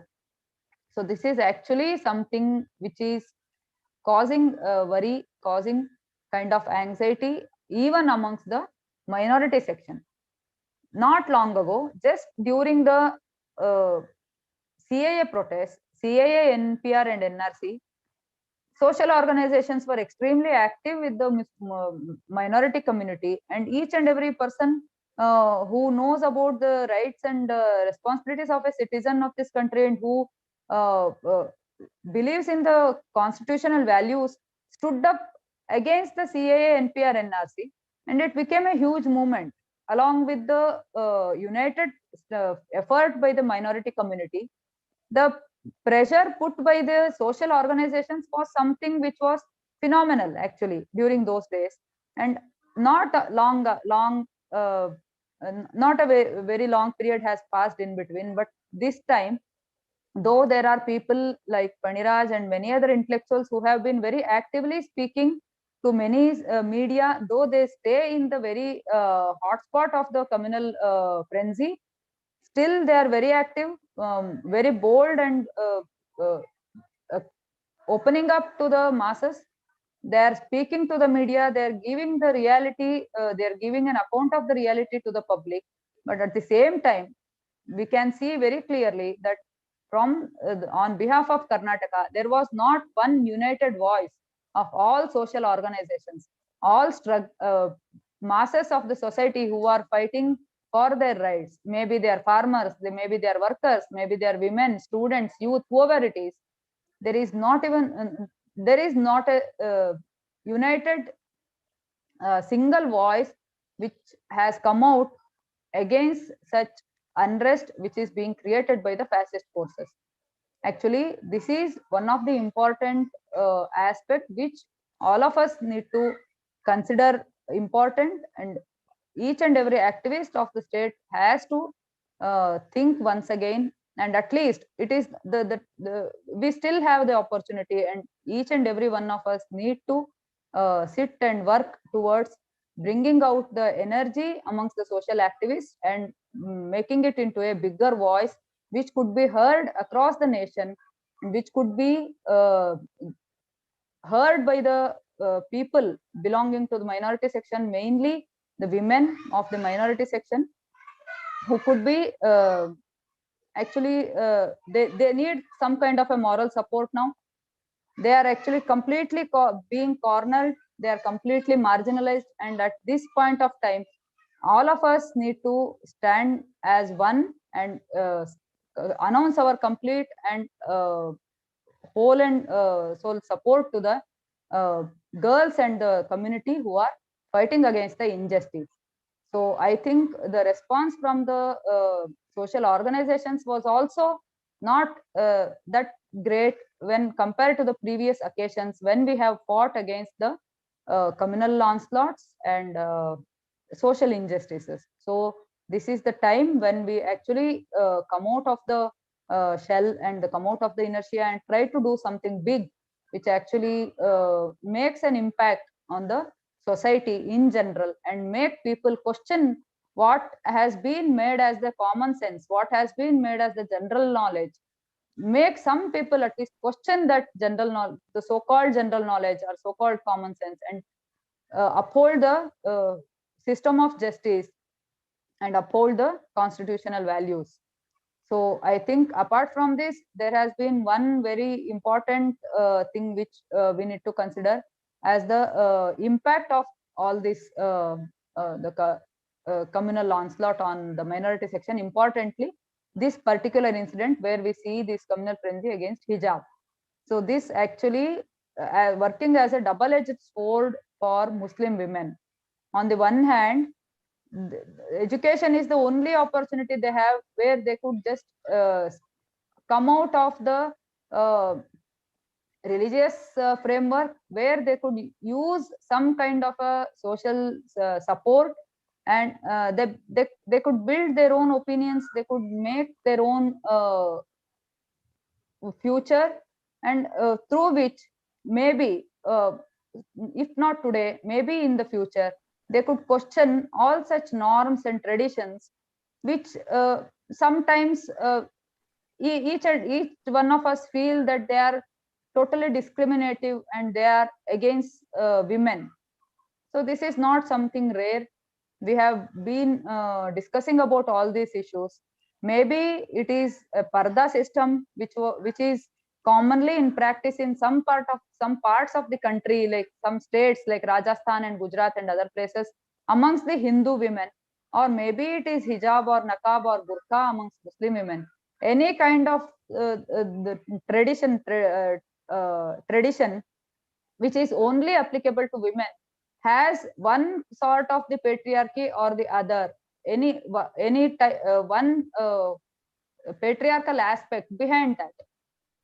Naturally, here we see that patriarchal aspect present, and we know the hold that has the patriarchal aspect that's having on the Muslim women so far in the history.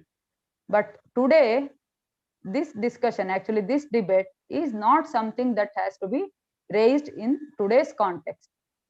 Definitely, this is one important issue where we need to stand for the choices of the Muslim women, but then it is the choice of the Muslim women. We should not forget that it is the choice of the Muslim women when and how and where they should present themselves in what kind of an attire.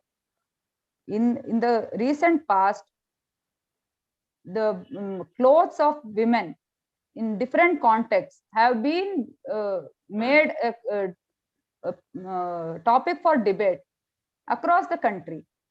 Not only in the issue of hijab. Some months back, we saw that women wearing chudidars were not allowed to teach inside the schools. The government wanted them to wear saris because they wanted these teachers to be motherly figures. The words of the government, not mine. They wanted these teachers to be motherly figures, and they judged the character of the teacher by saying that when you wear chudidar, you are not motherly figure. Their clear-cut judgment is presented by the government itself towards the character of a teacher who has been working in the same school for decades or same college for decades. And the government order was passed asking the teachers to wear saris to the schools and colleges. So clothes, whatever clothes women wear has become a issue of debate. Recently, we have seen different types of attacks on Muslim women on the basis of their clothes. And today, we can see that this is a double-edged sword which hits Muslim women from both sides. This is cutting them from both sides. On the one hand, the minority fundamentalist forces are trying to utilize this opportunity to bring a kind of a general resolution upon each and every person belonging to that minority community, and decrease their right to choice and curtail their rights, curtail their freedom of expression or freedom of choice. And this has been the tactics of the fundamentalist forces for a very long time now.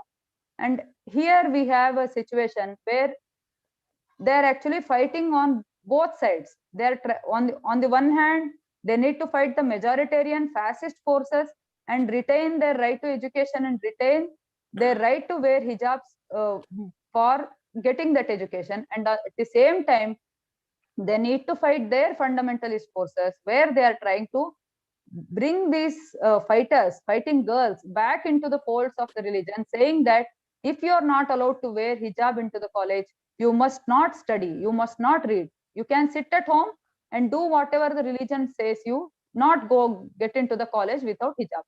This is what is the orders issued by many jamaats across the state so far.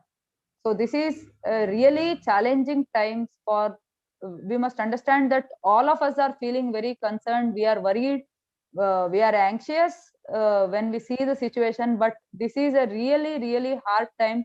The whole brunt, the Muslim girls are facing the whole brunt. They're taking the sharpest wound is on them.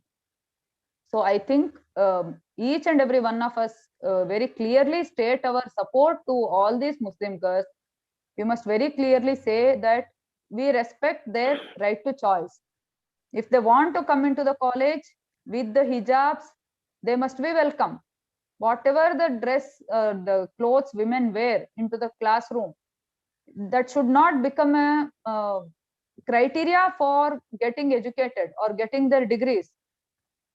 No cloth ever should become barricade for a woman's education or woman's right to emancipation. So I think if any girl, any Muslim girl wants to wear a hijab and come into the education institution, nobody has any right to stop her outside the college gate and say that she cannot enter into the college with a hijab. Nobody has that right. Constitution has very clearly stated this, and if we are in any way upholding the constitutional values, we cannot say that she cannot come into the college. At the same time, if someone does not want to wear hijab, nobody has any right to force them to wear hijabs. So I think we need to stick on to this point. And finally, before finishing, I will end my this speech with one single this one. All of us know that this whole debate or this whole unrest has nothing to do with the concept of uniform. This has nothing to do with the uniform. Uniform is perfectly fine with hijab or without hijab. And the important problem with the education is not uniformity in uniform. The problem with education is not equality in the uniform, but the problem of education is the inequality in the education system itself, not in the uniform, but in the education system itself. This has to be the center of today's discussion, and it is our responsibility to bring it to the central stage and change the narrative of the speech and discussion which is going on in today's society. And somehow we will have to stop the polarization which is very sharply happening in Karnataka, and see to it that at some point of a time this polarization stops and there is some space is created where the communal harmony blooms again. So with this, I'll stop. And once again, thank you HRF for this opportunity. Thank you all.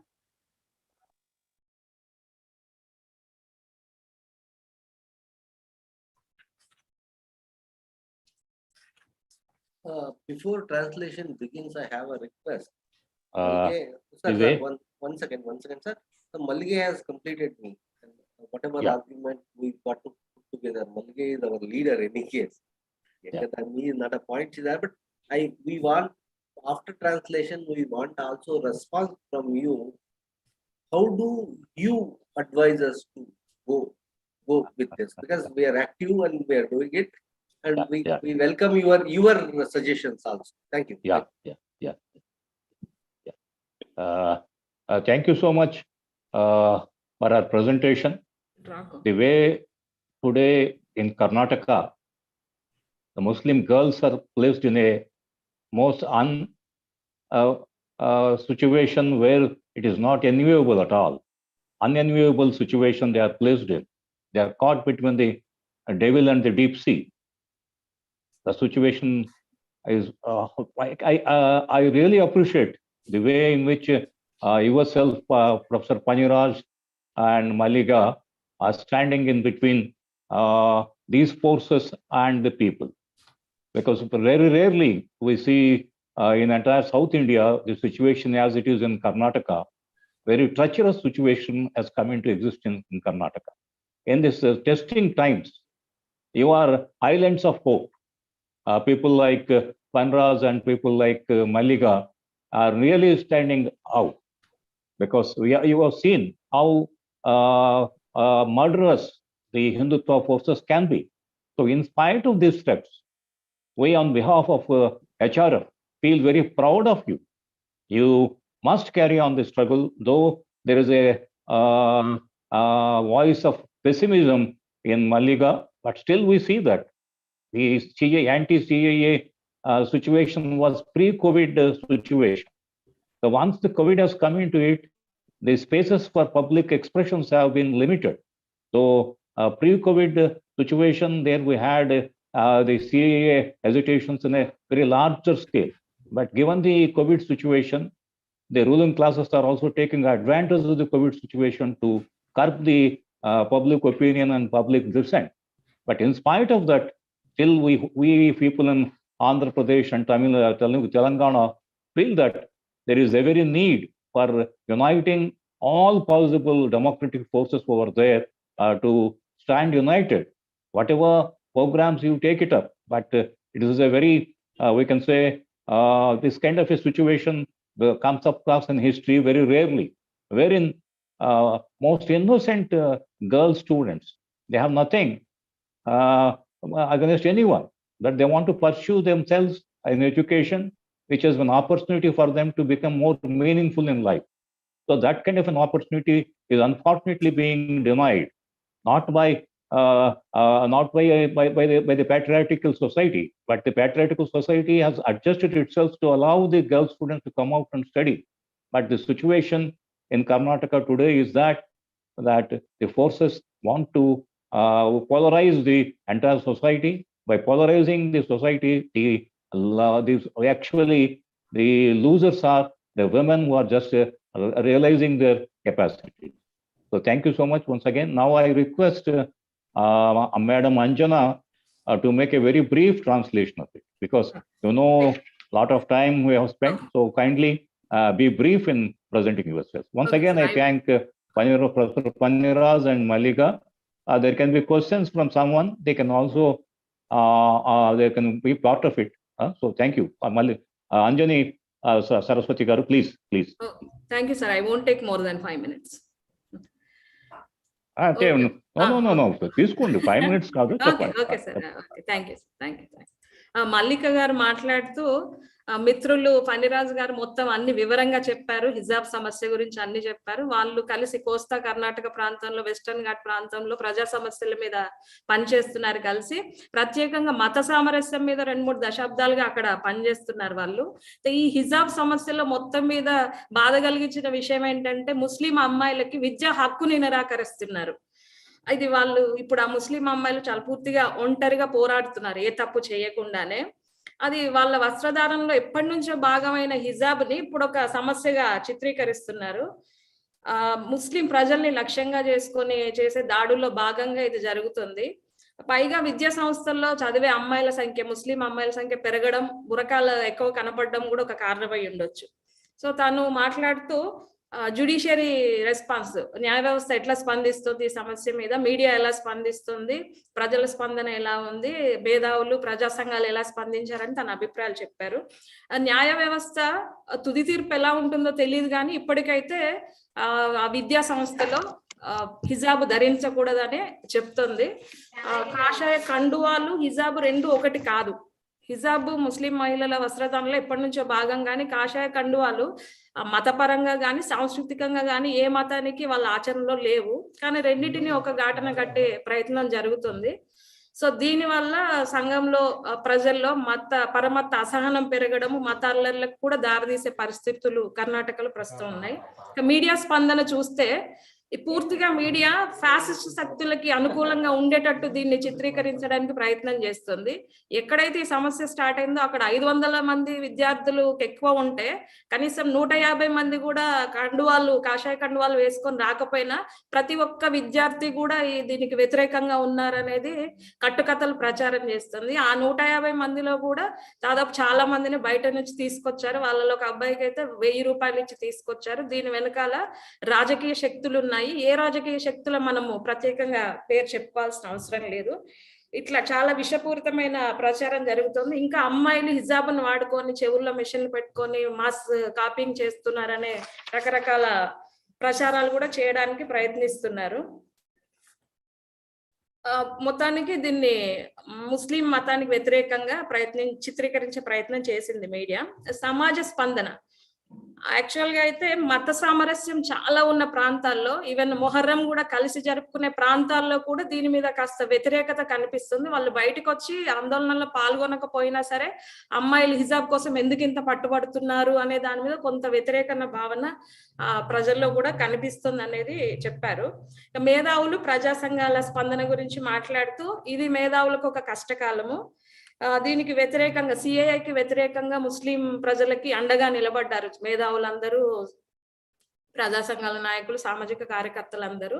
ఇప్పుడు కూడా మనము వీళ్ళందరికీ అండగా నిలబడాలి. ప్రతి ఒక్క కార్యకర్త కూడా కూర్చొని చర్చించి వాళ్ళకి మద్దతుని తీసుకురావాలి, ప్రజల్లోకి దీని మీద అన్ని చెప్పాలనేది మాట్లాడారు. సో ఇప్పుడు అమ్మాయిలు, ముస్లిం అమ్మాయిలు రెండు వైపులా పదునున్న కత్తులను ఎదుర్కోవాల్సి వస్తుంది. ఒకటి వాళ్ళ ఎన్నో ఆంక్షల్ని దాటుకొని వచ్చి చదువుకోవాలి, ఇంకొకటి చదువుకునే దగ్గర కూడా ఇట్లాంటి ఆంక్షలు పెట్టడం వల్ల వాళ్ళు రెండు రకాలుగా నష్టపోతున్నారు. ఈ మన పితృస్వామ్య వ్యవస్థలో పరదా వ్యవస్థ ఎప్పటి నుంచో ఉంది, అది హిందువుల్లో కూడా ఉంది. కానీ పర్టికులర్ గా ఇప్పుడు హిజాబ్ దగ్గరికి వచ్చేటప్పటికి దాన్ని ఇష్యూ చేస్తున్నారు. అది ముస్లిం మహిళలు నిర్ణయించుకోవాలి, వాళ్ళు హిజాబ్ ధరించాలా వద్దా అనేది మహిళలే నిర్ణయించుకోవాలి. అయినా సరే ఆడవాళ్ళ వస్త్రధారణ వాళ్ళ వ్యక్తిత్వాన్ని నిర్ణయించదు. కానీ ప్రభుత్వమే చీర కట్టుకోకుండా చుడిదారు వేసుకుంటే అమ్మతనం ఉండదు, చీర కట్టుకుంటేనే అమ్మతనం ఉంటది. కాబట్టి టీచర్లు ఆ చీరలే కట్టుకోవాలని స్వయంగా ప్రభుత్వమే చెప్పింది. కానీ ఎప్పుడు వస్త్రధారణ అనేది మహిళల అభివృద్ధికి అడ్డం రావద్దు, వాళ్ళ వ్యక్తిత్వాన్ని నిర్దేశించేది అయ్యి ఉండకూడదని చాలా స్పష్టంగా చెప్పారు. ఎవరైనా సరే హిజాబ్ వేసుకోవాలా వద్దా అనేది అమ్మాయిల ఇష్టం, వేసుకోవాలా మానుకోవాలనేది వాళ్ళు నిర్ణయించుకుంటారు. ఏ మతం వాళ్ళైనా రుద్దొద్దు, వేసుకోవాలని ఒత్తిడి తీసుకురావద్దు, తీసేయాలనేది ఒత్తిడి తీసుకురావద్దు, వాళ్ళు నిర్ణయించుకుంటారు, అది వాళ్ళ హక్కు. సో ఇది వివక్షత అనేది ఆడవాళ్ళ విషయంలోనే కాదు, విద్యా వ్యవస్థ మొత్తం ఉంది. కాబట్టి వివక్షత ఎక్కడ ఉన్నా, ఏ రూపంలో ఉన్నా సరే మనం దాన్ని వ్యతిరేకించాల్సిన బాధ్యత ఉంది. మనందరం కలిసికట్టుగా ఉండి ఇట్లాంటి వివక్షని వ్యతిరేకంగా చేయాలని చెప్పారు. Sir finished.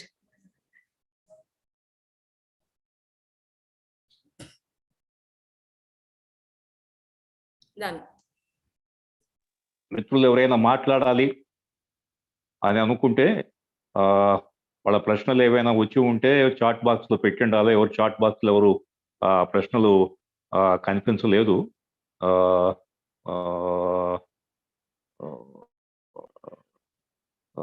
కాబట్టి మళ్ళా ఇంకెవరైనా తిరుపతి గారు ఏమైనా మాట్లాడతారా? లేదు సార్, నేను అంటే ఎవరైనా ఆడియన్స్ విన్న వాళ్ళు వాళ్ళ ఒపీనియన్స్ కానీ, డిస్కషన్ కానీ, క్వశ్చన్స్ కానీ వేస్తే అదే స్పీకర్స్ చెప్తారు కదా, దానికోసమే ఒకసారి అందరూ అన్మ్యూట్ చేస్తారు sir.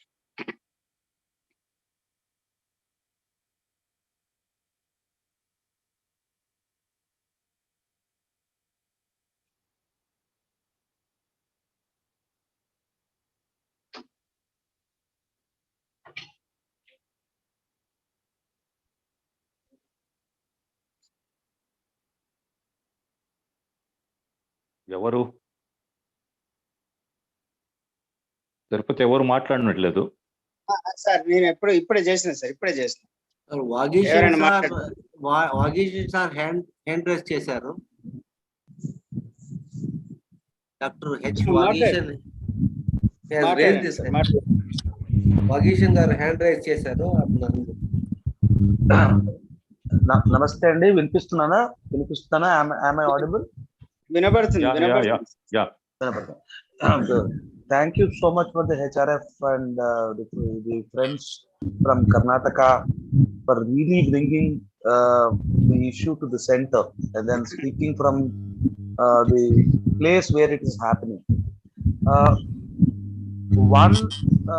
One thing which from people like us who are sitting in Telangana, and as we could see that this will be the next stop for the BJP in South India. That's what my hunch is. How are you facing and how are you really this entire process of criminalizing everyday life of a minority? How are you trying to tackle this, and what are the strategies which you are adopting? And we would like to know more about that, and then I hope HRF and like-minded organizations will take these lessons and take more and more info to the people. But then I would like to listen a little bit about on the ground. I can understand it seems to be very, very difficult condition, but then how are you tackling this? Sir, my part, Malge will continue. Malge idiyamma? Malge unmute ಮಾಡ್ಕೋ. Sir, from my part, I mean, Malge will answer her thing. Yes, sir. Because, Pani sir, Respond. ನೀವು ಹೇಳಿ. Ah, ಇಲ್ಲ, from ನೀವು our ಹೇಳಿ. part in the coastal districts, fortunately, we have a Muslim community which is moderating itself. As Malge told, we have a community and community organizations which is moderating itself, reforming itself, and opening out itself to the society and opening out to throw their emotions to the society and embracing the society. So that's going on in my two districts in which I am working. So we are fortunately working with them, and we hope that, but we should support them. We should not treat them as a singular issue of Muslims and minorities, and we should support them. My central concern in present situation is support the moderate section of Muslims who are opening out and who want to embrace, in a new situation, embrace all the communities together and to form a coexistence. So we are working with them, closely working with them on day-to-day basis in this issue and other issues, so that we can be able to bring out a kind of a reformist, modernist outview to be presented in a difficult time. That is how I see it. Because we cannot take a radical steps here. We cannot go on telling Muslims. We cannot go on telling Muslims say that you become radical or something like that. Okay, because it took 60, 70 years, or say from Savitri Bai's time to here. It took 150 and odd years for us, for Hindu women to come out, and Mallige people like Mallige becoming leaders and speaking to us. So we should allow Muslim community women time to reform, time to open out, time to be leaders of the society. We hope for that. But for that, we are, myself and including Mallige as a part of it, in these two coastal districts, we are working with reformist, moderate section of Muslims who are very much concerned with these situations, and we are closely working with them. Thank you, Dear sir. friends, Thank you. Yeah, I would like to add one or two sentences to what Paniraj sir already mentioned. As he said, many organizations are working. I mean, at least we are working very closely with progressive Muslim community, and that has been actually useful, fruitful in many ways, more than one way. And right now, actually, we are trying to build a united resistance movement against such onslaught on the minority community. Right now, these things are actually taking shape. And whatever I said earlier, maybe it cannot be considered. I don't know if you have felt like that. It's not pessimistic, rather self-critical, this one, because we should have gauged the situation earlier, and we should have come out with our proper strategies to counter this, not completely letting the situation like it's already nearing 2 months. So right now, at least, I would like to inform the friends here that on day after tomorrow in Bangalore also, we have a very big larger meeting called for all the social organizations and like-minded people, and through which we want to plan our work and strategies also on the ground level, like in front of every college. Right now, the government is even preventing us from just going and showing our solidarity with the students by putting 144 sections across the colleges. In each and every town, they have announced 144 sections in and around the college premises, so that all the rightist forces, they can do whatever they want. Actually, they are mobilizing their forces, but others, outsiders, who wanted to support the kids, who wanted to show their solidarity to the girls who are suffering, who are fighting for their rights, they are not able to hold any demonstrations or protests wherever possible. So all such injustices have to be countered, and we need to fight against even the state behaving in this way. Hence, we know that this is a difficult thing, but still we are trying it through our common efforts, and also we are trying some common what you call get-togethers for all students belonging to all religions who want to believe in harmonious coexistent society. So these things, many such events are being organized at the ground level, and our legal teams, the progressive pro-social activist advocates are actually working with the people who are fighting the legal battle. So these are the few areas where we are trying to build the resistance. There is a very long way to go still, and we would definitely need any support that is that we could get even from the friends outside Karnataka, like all of you. So we request HRF to come forward and help and support the fighting organizations of Karnataka in whatever capacity right now. Like this is one of one such gesture by you, where you are trying to stand up for the common cause. So we are very grateful to you for that effort, and definitely would request you all to join your voices with us, even from outside the state. Thank you. We are very happy the way the situation you are in a position to build up a movement in all the possible ways, legal ways and political demonstrations, and also through press and media. Whatever little you have been able to do it, you are doing. It's a great job which you are doing it. We are really proud of you again and again. I say, not that what I was telling you is that there is no, don't give an iota. They don't give an iota of a chance that the movement will not get you into a larger sections of the people. Definitely, truth will always prevail. Truth has got its own strength.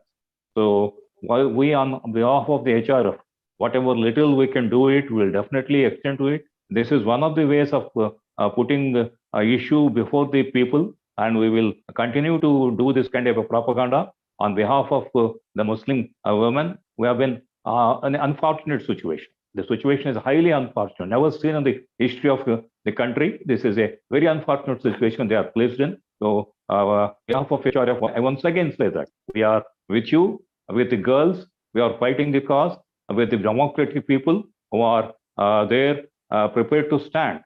So that is the hope that the entire people of Karnataka in one voice will come in the support of the education, as you have made it very clear in your speech that education system has got faults, but not the hijab system as a fault. The very system of education is at fault. So that system of education has got to get reformed. So towards that end, let us join together and work together. Thank you. Thank you. Yes, sir. Sure, sir. Thank you. Thank you, sir.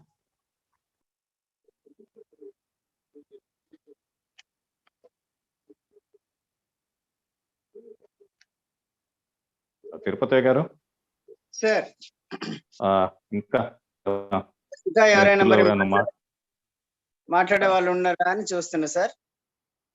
చూడండి, ఎందుకంటే వాళ్ళని మనం chance సేపు కూర్చోబెట్టాం.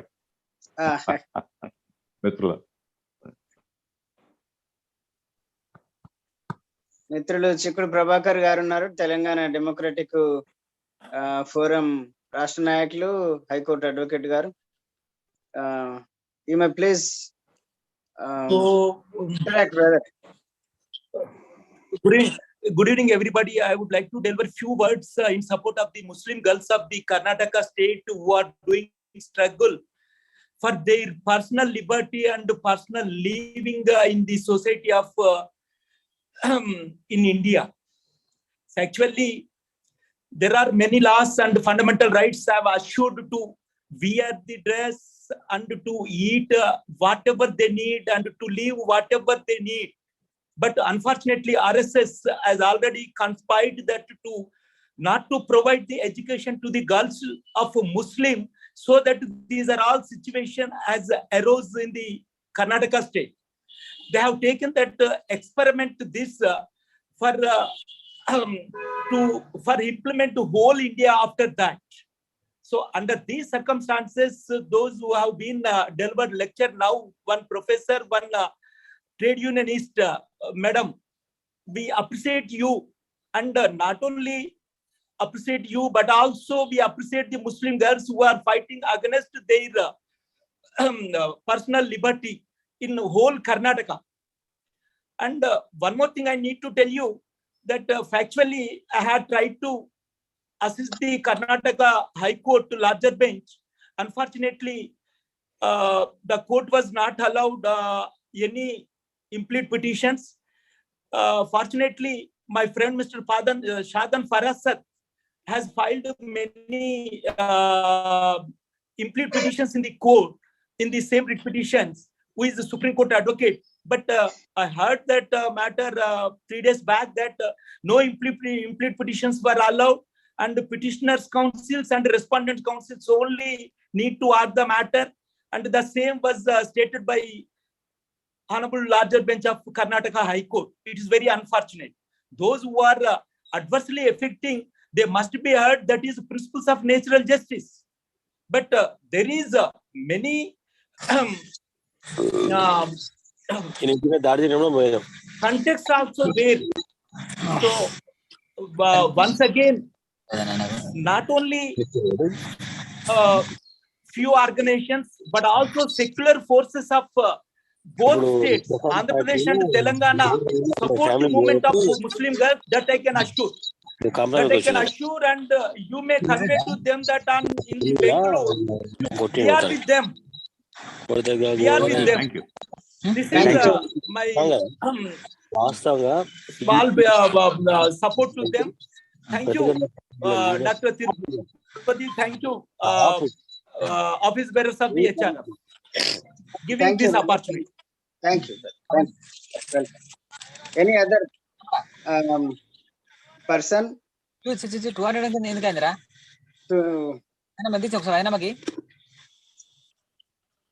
Okay, ఎవరు లేకపోతే మాట్లాడడానికి ఎవరు లేకపోతే మరి క్లోజ్ చేస్తామండి. క్వశ్చన్స్ కానీ ఏమైనా లేకపోయేది ఉంటే క్లోజ్ చేస్తాము. ఎవరైనా ఉంటే చెప్తాం. సరే, చంద్ర సార్,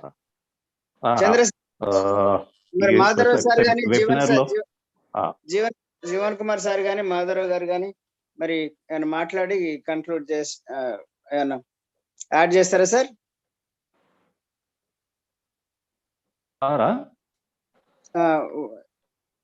మన వాళ్ళు ఎవరైనా మాట్లాడతారు? One request on behalf of HRF. Me and Malliga have presented our views on the whole situation, and as far as possible try to bring out what is the situation. With HRF being a leading body fighting for civil liberties and human rights, can you issue a statement in the media and public, social media, so that it can be heard? I mean, our voices can be heard, and you can gather your wisdom and give your statement. If you give that becomes a boost for these girls who are fighting. Sure, sir. Sure. Definitely we will do it. Definitely we will do it. We'll take it up as our responsibility, and we will do it to put it in social media, and also to issue press statements. All these things we will definitely do it. I once again thank you, Professor Panraj and Malliga, for taking their time to share their ideas with us. మిత్రులారా, ఇంతవరకు పన్రాజ్ గారు, మల్లిక గారు కర్ణాటకలో ఉండేటువంటి పరిస్థితుల గురించి చాలా చక్కగా సవివరంగా మన ముందు ఉంచడం అనేది జరిగింది.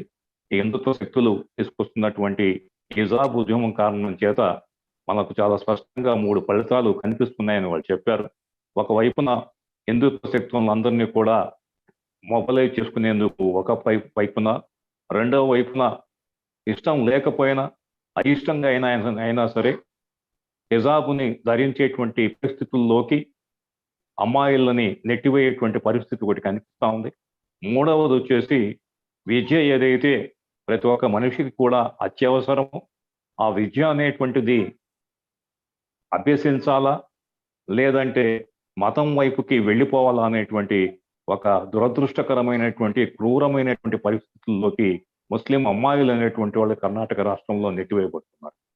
ఈ రోజు కర్ణాటకలో జరిగినటువంటిది దేశం మొత్తం మీద జరగదు అనేటువంటి గ్యారంటీ ఏమాత్రం కూడా లేదు.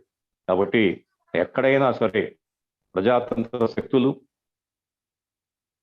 ఈక్వత సమానత్వాన్ని గౌరవించే శక్తులు, స్వేచ్ఛా స్వతంత్రతను కోరుకునే శక్తులు అందరూ కూడా తమ ప్రాంతంలో జరుగుతున్నటువంటి సమస్యగా పరిశీలించి దీనికి వ్యతిరేకంగా మనమందరం కూడా పెద్ద ఎత్తున ఉద్యమించాల్సినటువంటి అవసరం ఉంది.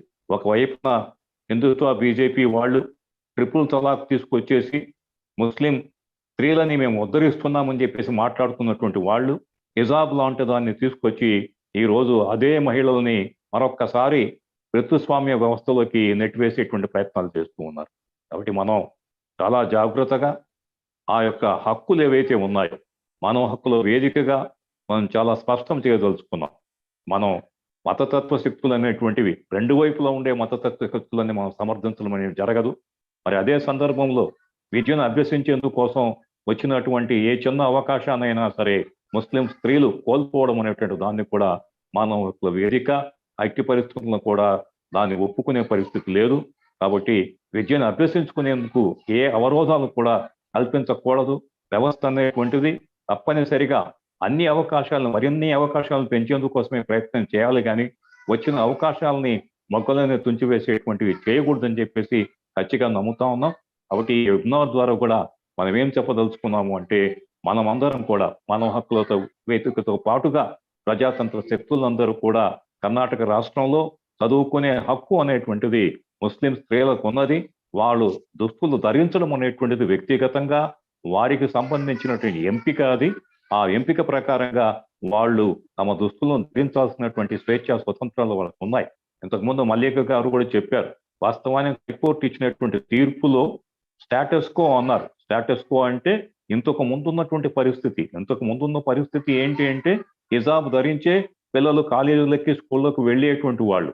దాన్ని మరో రకంగా ఇంటర్ప్రిట్ చేస్తూ ఏ మతానికి సంబంధించిన చిహ్నాలు ఉండకూడదు అనేటువంటి దాన్ని ఆ రకంగా దాన్ని ఇంటర్ప్రిట్ చేసేటువంటి ప్రయత్నం చేస్తున్నారని చెప్పారు. కాబట్టి స్టేటస్ కో అంటే ఇంతకు ముందు హిజాబ్ ఏ రకంగా ధరించి కళాశాలలకి స్కూళ్ళకి వెళ్ళారో అదే హక్కు అని చెప్పేసి హైకోర్టు చెప్పడం అనేది జరిగింది. కానీ అధికారులు దాన్ని రాంగ్ ఇంటర్ప్రిట్ చేస్తూ ఉన్నారు. కాబట్టి ఆ రకంగా రాంగ్ ఇంటర్ప్రిటేషన్ అనేది ఇవ్వకుండా యథాతథ స్థితి అంటే ఇంతకు పూర్వం ఏ రకంగా ఉండిందో 31 డిసెంబర్కి ముందు ఎలాంటి పరిస్థితి ఉందో అలాంటి పరిస్థితి కొనసాగాలి అని చెప్పేసి హైకోర్టు మరొక్కసారి నొక్కి వక్కాణిస్తుందని చెప్పేసి ఆశిస్తూ, ఒకవేళ అలా జరగకపోయినా కూడా మనం వారి యొక్క స్వేచ్ఛ స్వతంత్రాలకు సంబంధించి మనం తప్పనిసరిగా మన వంతు కర్తవ్యంగా మనం కృషి చేస్తామని చెప్తూ ఈ వెబినార్కి వచ్చినటువంటి మిత్రులకి, అదే రకంగా చక్కని అనువాదాన్ని అందించినటువంటి జహారా గారికి, అంజనీ గారికి ధన్యవాదాలు తెలియజేస్తూ ఈ యొక్క వెబినార్ను ఇంతటితోనే ముగిస్తున్నాం. అందరికీ ధన్యవాదాలు. Thank you for the solidarity, sir. Thank you for the solidarity. Thank you, sir. Thank you all, especially for the speakers as well as to the translators. Thank you all. Close చేద్దాం, sir. Bye. Good night. Good night.